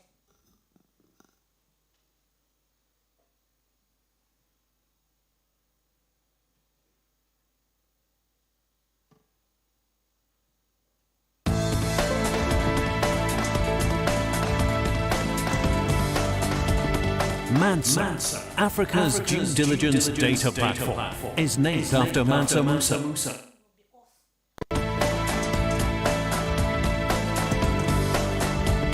Mansa, Africa's due diligence data platform, is named after Mansa Musa, who was the 10th emperor of the Mali Empire. He is credited with placing Africa on the world map and opening up many trade routes in the 14th century, as during his reign, the Malian Empire may have been the largest producer of gold in the world. He is said to be the only man ever to control the flow of gold between Africa and the Mediterranean. Today, information is the new gold, and the Mansa repository provides a single source of Africa-wide primary data required to conduct customer due diligence checks on African counterparties. It facilitates the availability of Know Your Customer (KYC) information of African entities. Whilst promoting good governance practices, the Mansa platform delivers insights into Africa with the ultimate aim of increasing trade. It does this through access to intelligence on due diligence to enable trade, as well by revealing the investment environment and opportunities to promote trade. Today, Mansa aspires to leave a legacy for trade through enhanced trading relationships and changing the perception of risk on the continent. Mansa features Africa-focused data and information, online access, one-stop place for sharing and accessing of due diligence data, collated information for KYC checks in line with global standards, self-service onboarding of contributors and subscribers, fully automated customer due diligence (CDD) profile workflow, independent corroboration process for contributed data and information, availability of country profiles and investment climate, single window to access investment promotion agencies of all African countries, access to top intra-African traded products. The Mansa's key players include Afreximbank, the operator of the platform, contributors, financial institutions, corporates and small and medium-sized enterprises, SMEs, who voluntarily contribute their data on the repository, subscribers, consumers of the data and information shared on the repository. Subscription is open to all after verification of access. Verifiers, entities that have coordinating or regulatory authorities, as well as associations, registries and credible market entities, such as top 4 firms, credit bureaus, corporate affairs commission, stock exchanges, and others. The benefits of Mansa are numerous in addressing today's trade challenges, the most important being, for subscribers, one-stop access to CDD information on African counterparties, smoothening of African entities' customer onboarding, reduced compliance costs, consistency of CDD information across various entities in Africa through standardized templates in line with global best practices and standards, provision of visibility on ultimate beneficial owners, UBO. For contributors, enhanced regulatory compliance through use of standardized template, ensuring consistency of customer due diligence information, CDD. Reduced regulatory risk. Increase in transparency, potentially leading to expansion of trade or business relationships in Africa and the rest of the world. Promotion of the integrity of your organization and business owners through credible and independently corroborated data, potentially reducing current high barriers to access to capital, particularly for SMEs. Reduced compliance costs. For Africa, vis-à-vis the development impact, governance, Africa-wide impact, risk management, trade promotion, single primary source for KYC. In the final analysis, Mansa is a digital platform that aims to leave a legacy for trade on the continent by addressing de-risking and changing perceptions through providing insight into Africa in the form of intelligence on due diligence data for enhanced regulatory compliance, as well as information on investing in Africa. Its ultimate aim is to enable increased trade with Africa and in Africa.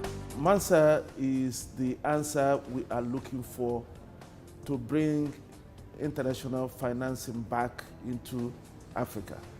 Because of rising compliance costs, we've had many international banks cut credit lines to African institutions.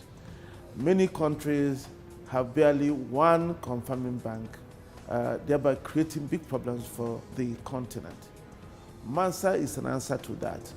MANSA will create the opportunity for institutions that want to do business for Africa to gain access to the customer due diligence information they require without getting involved in activities that cost so much money. So it will reduce the compliance costs significantly and therefore open the doors of Africa to international trade finance banks again. We hope that this will be a major contribution to the drive trade finance gap we currently seeing in Africa. MANSA, Africa's due diligence data platform.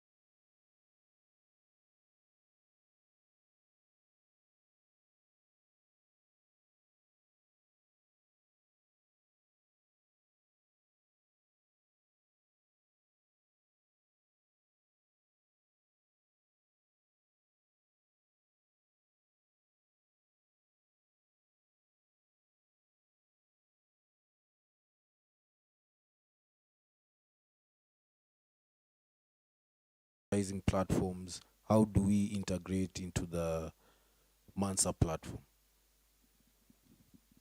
Do you take the second one? Okay. My name is Sheila. I'm a partner at a law firm called MLO Africa. We actually registered under MANSA, but one of the things that we noticed was that MANSA did not have a portal that allowed for me to, for instance, let me give an example. So probably I'll register my business as Myers Limited, right? But it trades under, or what the public knows it as, is Glass Limited or Glassco, right? So then if I give you my business registration certificate, it does not marry with what the, exactly. So how do you integrate that such that I can also be able to upload my trademark certificate and you can authenticate that so that when someone comes and looks for Glasgow, they're not told that does not exist? And then another thing was, I think I'll add on to what the previous gentleman said and ask, in terms of things like law firms or advertising agencies, do you then have a platform that separates them, that lists, these are law firms, these are advertising agencies, these are, you know? Do you take the third one? Yes, I can. This side? No? If there's no, okay, you may proceed. Maybe I think the questions are quite, the responses are quite merit. We can take more questions. Okay. Okay, mine is a quick one. Just wondering, it's voluntary, yet there is probably pressure to build up the data. So what would be the motivating factor? Then number two, I know you have complied with a lot of global standards requirements, but in layman's language, what comfort do you give me for putting all my very private data on an online platform like that one?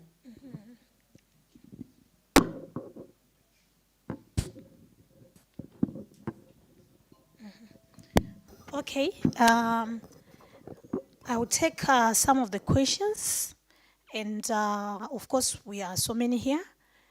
Some of the questions will be taken by my colleagues. Regarding the services, when we say MANSA accommodates financial institutions, corporations, and small to medium enterprises.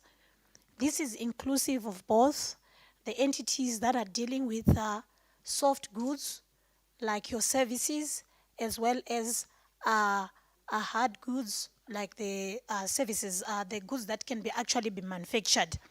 So under category number 2 of our collection of information, it's category number 3, we have adopted the United Nations I6 standards for categorization of industry, and that includes service sectors.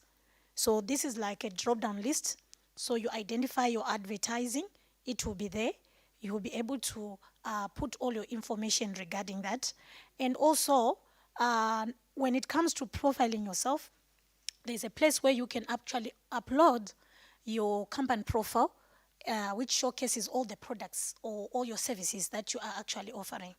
So when we talk generically about products, this includes goods and services. So you are not left behind. Everyone and all industries in the economies of Africa have been covered comprehensively. So I hope that answers you. Yes, so you are also included. And then where it pertains to trading is when an entity subscribes onto the Mansa repository platform, they can search for entities. And what you see, even if you are not subscribed on the face of the platform, is the registered name and also a brief profile of who you are as an entity. So you can have your trading name actually being written about on the face of your entity. So if it is ABC, legal practitioners, then you can start writing about the brief profile as trading as we have been established, so you can talk about your other names. But we have noted that there is need to give prominence as well to the trading as name, which can come as an enhancement. But currently within the platform itself, if you go to the platform, you see your name and a small narrative that goes with the name, together with your logo. So what comes out is your logo, your registered name, and a profile. So you can profile your trading name under that particular narrative. And that is editable. We can assist you to actually showcase the trading name. Okay? So that's regarding the trading name. But we would look at it further to see if we can give it more prominence. And then in terms of industry classification, you had asked to say, are there any groupings? The purpose when, as an individual company, as you are putting your information, the purpose for us to actually have you choosing from a drop-down list is such that you are able to categorize under your industry. So any subscriber who comes to the platform will be able to say, I'm looking for this particular industry, and search according to industry. So when you are now searching for profiles, you have got 3 options of search. You can search under the country, or under a region, or under product or service or goods. When we say product, we mean both service and goods. So that classification is there. You get a drop down of all the companies in the particular industry and across the country and across regions. So that filtration is there when for subscribers to make. That's regarding. And then on the issue of motivation factor for entities to onboard the Mansa repository platform, I think all of the presenters today have been alluding to the benefits of actually opening up the African markets. And for entities to benefit from all these benefits that have been talked about, the Africa Continental Free Trade Area, how do you benefit if you are not known? How do a supplier or a customer, your potential customer in another country, know about you if you are not on the Mansa repository platform? So visibility in itself, we consider it to be a high motivational factor. Another issue is that when you come onto the Mansa repository platform and you have satisfied, especially for our small to medium enterprises, you have satisfied the requirements on the platform, we regard that attainment of standard to be a best fit outfit to access funding. Because why most of our entities or our businesses in Africa remain small is because they lack funding. If you ask anybody, they say, yeah, I've got an idea, I've got a business idea, but I don't have capital. So putting up a structure and showcasing that you are well able to meet the required standards in itself, by joining the Mansa repository platform, puts an entity in a position where they can be considered for credit. Of course, there are so many other, in the rating score for credit, there are so many other factors that are considered. But that visibility that you get through the Mansa repository platform is a motivational factor for itself, especially if you are a serious trader who is actually looking at exporting or trading across Africa. There are several other benefits that can also accrue. We have, in our presentation, approached investment companies. And one investment company actually requested us to say, does your platform give us a list of those companies that have actually indicated that we are looking for funding? And is it specific, or have they specified that they want equity or debt or a mixture? So in our outreach, we have noted that for businesses, the Mansa repository platform does provide that opportunity for entities to access equity, to access debt funding. So for me, when we look at Africa, funding is what we need to get where we want. So all those are benefits that accrue due to actually onboarding the Mansa repository platform. I don't know from my colleagues if you've got something else to add.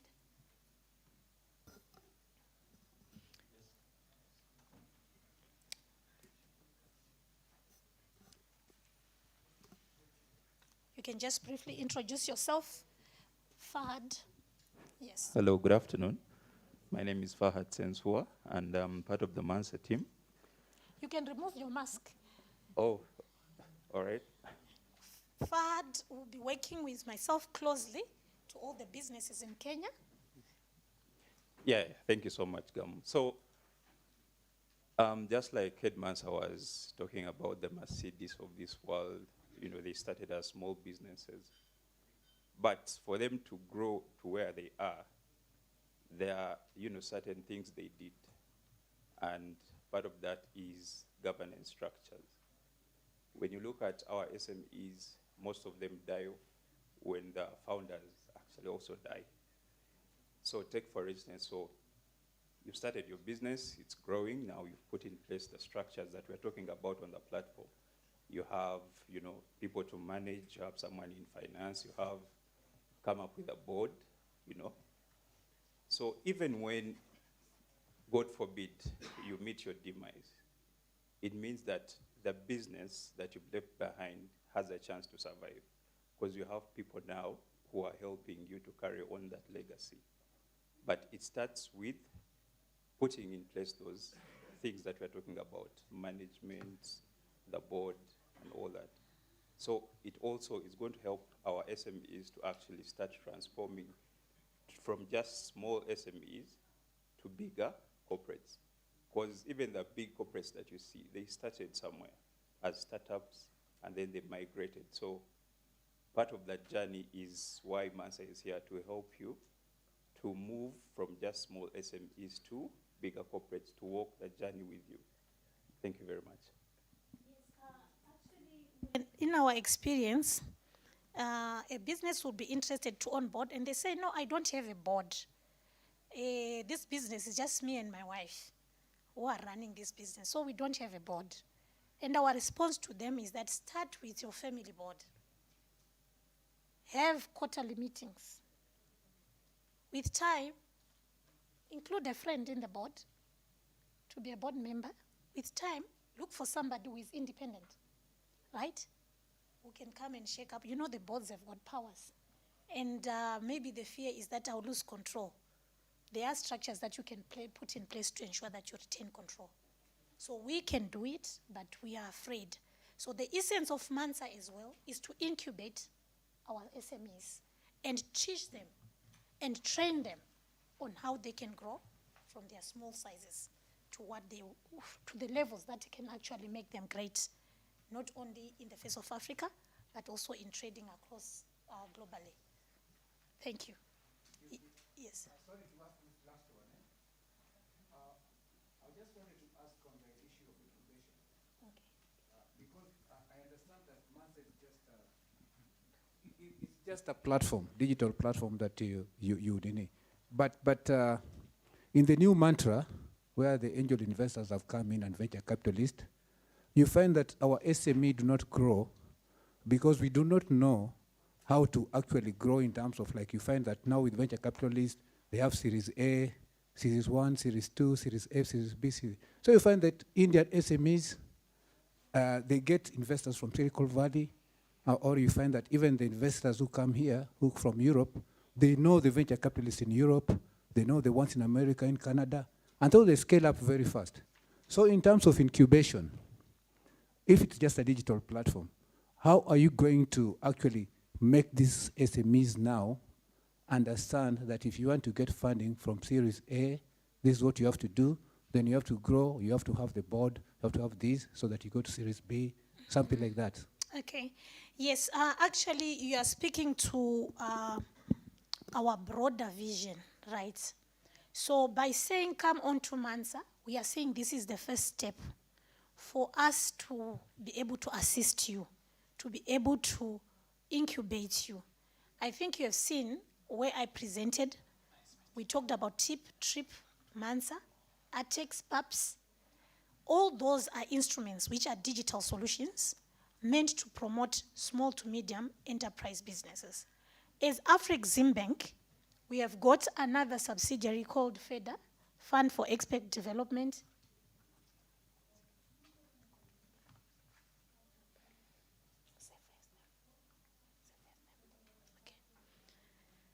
Okay, we have got the Fund for Export, FEDA, Fund for Export Development Agents.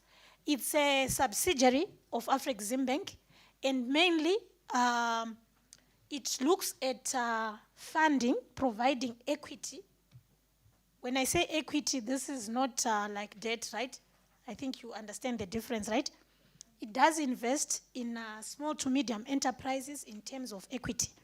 So we have got several other initiatives that we actually collaborate. Some of them we go on our own as Afreximbank. Some of them we collaborate with your local institutions to provide funding and also training. We also do carry out training of SMEs, and we do this in partnership with established agencies as we try to raise awareness and train our SMEs. There are a lot of things or a lot of programs that we actually take on board. And I've mentioned FEDA, which is one of our outfits. It will be, it's actually being set up in Rwanda. The head offices of FEDA will be in Rwanda. I think everything has been set for Rwanda to actually accept and welcome FEDA into their country as their home country in terms of operations. But it looks at the whole of Africa in terms of providing equity. We have noted that African entities, when you want to grow and all is available, all funding that is available is debt, you do not have a lot of mileage, because before you know it, the person who has given you the money is knocking at your door and you still need that money. So there are a lot of programs that we will explore together with EABC so that we see how to incubate our SMEs. Also, to add on to what Gavin is saying, in the bank we have our export development department, which is already driving the SME incubation. We have a unit working on that already, and we are also providing funds to those small little enterprises or one-man businesses.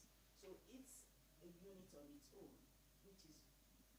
specifically dedicated to SME education? Yes, CEO. Yeah, just to add to what Maureen has said and Gam, at the EABC front, we do have our SME platform. And when you look at the structures of our SMEs, our economy is 80% of our businesses fall under the category of SMEs. And when you ask them what are the 4 major challenges that hinder you to trade across the region, now going to the continent, one of the challenges they have cited is access to information, trade information. And that's why it is important now for Mansa coming on board and other portals that we are working on with Afrexim Bank and the CFT's Secretariat to provide accurate, reliable trade information. Then the second challenge is access to finance. Access to finance across the board has been one of the challenges. When you look at our banking sectors, the current financial instrument we have at the region is not appropriate for SMEs. It's not appropriate. That's why we are working with Afrexim Bank to come up with a solution in terms of have a window, a special window targeting SMEs. And that is the discussions that are ongoing, EABC with Afrexim Bank. The third challenge has been the taxation. The tax structures, they also impede our SMEs. I'm happy that even now, when we are negotiating CFTA, the SMEs are part and integral part of our negotiation to say that the tariff we are negotiating need to take into account the interest of the SMEs. I'm happy. Then the last one, which is also very, very important, is the digital instruments. When we look at the region, again, a number of our businesses are going to informal because there are no such a kind of platform to market and sell their product. So I think Mansa is really bringing an integrated approach, not only providing, doing the due diligence part, but also providing information on the market opportunities, linking it to also access to finance. Once they say you are a credible partner, you are a credible business, then it is easier for you to get those financial instruments, and you can use the same portal. Someone asked, how is this going to be connected or integrated under Trade Observatory? And this is going, that's what they are working on to see, even other portals in the region, how do we have a kind of a platform that links all the portals? So that if it is to access finance, if it is to access your client, if it is to market your product, we can use an integrated portal.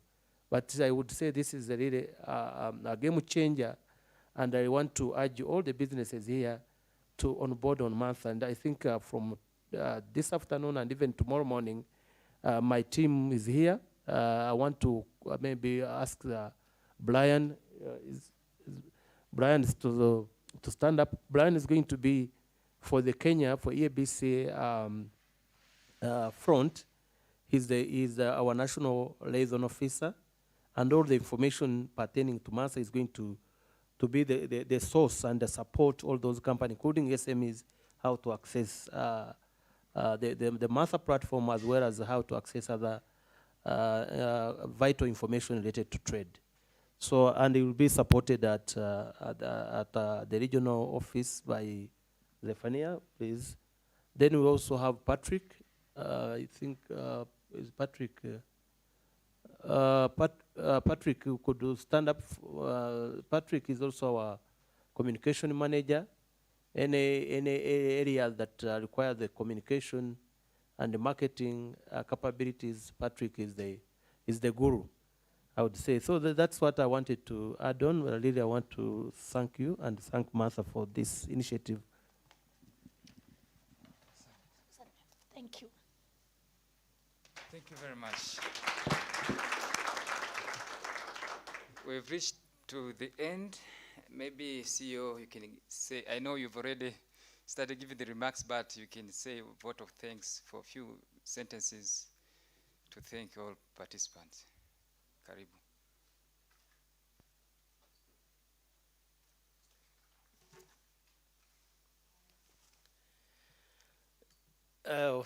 Once again, I want to, on behalf of my chair, I want to convey our deepest appreciation to all our stakeholders, the host, Kenya Private Sector Foundation, Kenya Association of Manufacturers, Kenya Chamber of Commerce and Industry, our partner from Mansa, led by Maureen, all the CEOs of different companies and industry who are here. Indeed, it is a pleasure on our side, and this is a very excellent initiative. And I would like really to thank Maureen. Maureen has a very strong passion in East Africa. She traveled from Cairo. She had all the challenges of traveling, but she said, we need to start this platform in East Africa. So give her a very good round of applause. So Maureen, from EABC, from the private sector in the region, we are very excited and we are committed to work closely with you. And you've really had the challenges impacting our business. And we can work together with Afreximbank to address those challenges. It is the commitment, and I have the blessing and wisdom from my board that we need to take this initiative in our heart. We need to drive it if we are to benefit from intercontinental, regional and the continental free trade area. I want to thank really the government of Kenya for giving us this opportunity and the wisdom and excellent reception and hospitality since the Mansa team arrived in Nairobi. There has been some bilateral engagements, and these bilateral engagements are going to continue from this afternoon until tomorrow. But again, as I said, we do have our regional focal points from Mansa. Fahad is here. I saw him. Fahad, please, you may stand up, and you need to share your contact and also support those who want to on-board. And again, I mentioned the EABC. Zeph is playing a very critical role, but we also have Brian. Brian has been very vital in organizing this event with Evelyn and the team.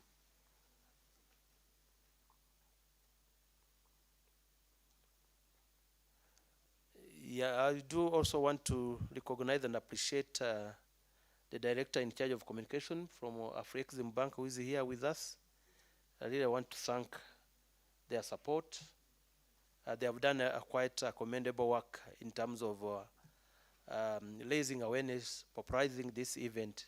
I want to thank them. Yeah, also, Tito, please stand up for, Tito, very good, thank you.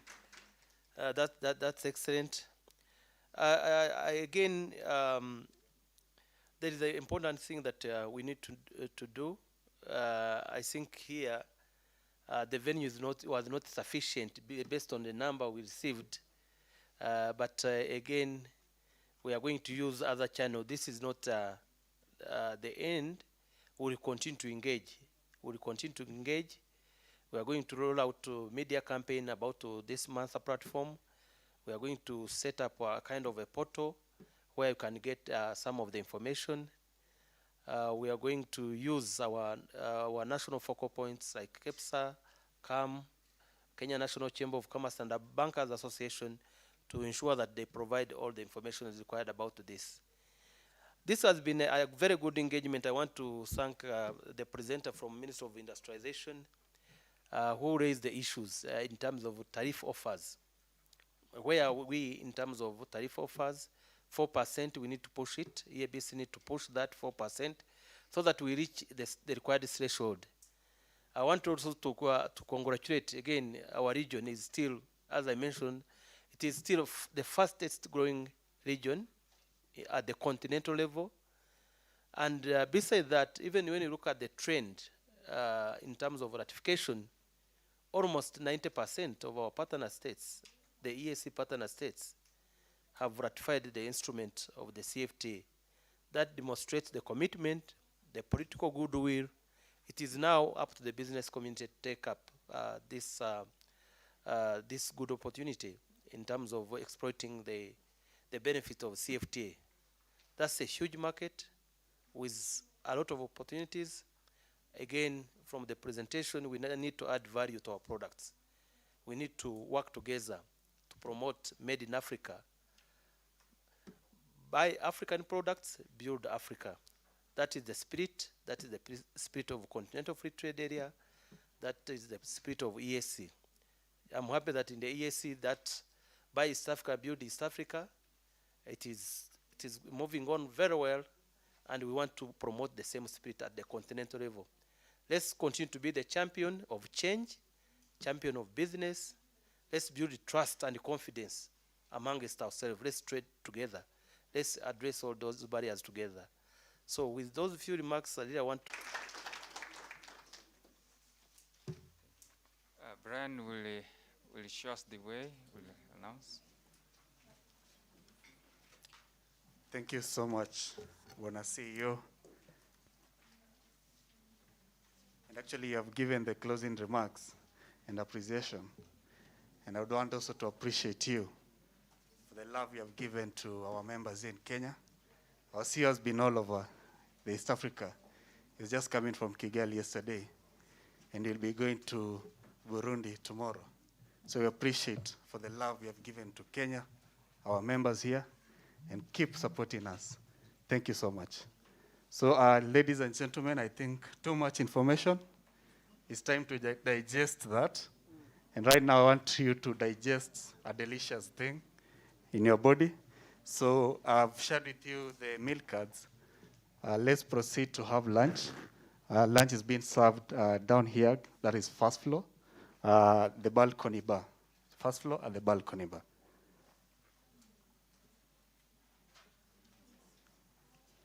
Yeah, we're also doing a group photo. We'll just take it here before we leave for lunch. Just a group photo. Thank you so much for honoring our call. Asante. A round of applause. Clap for yourself.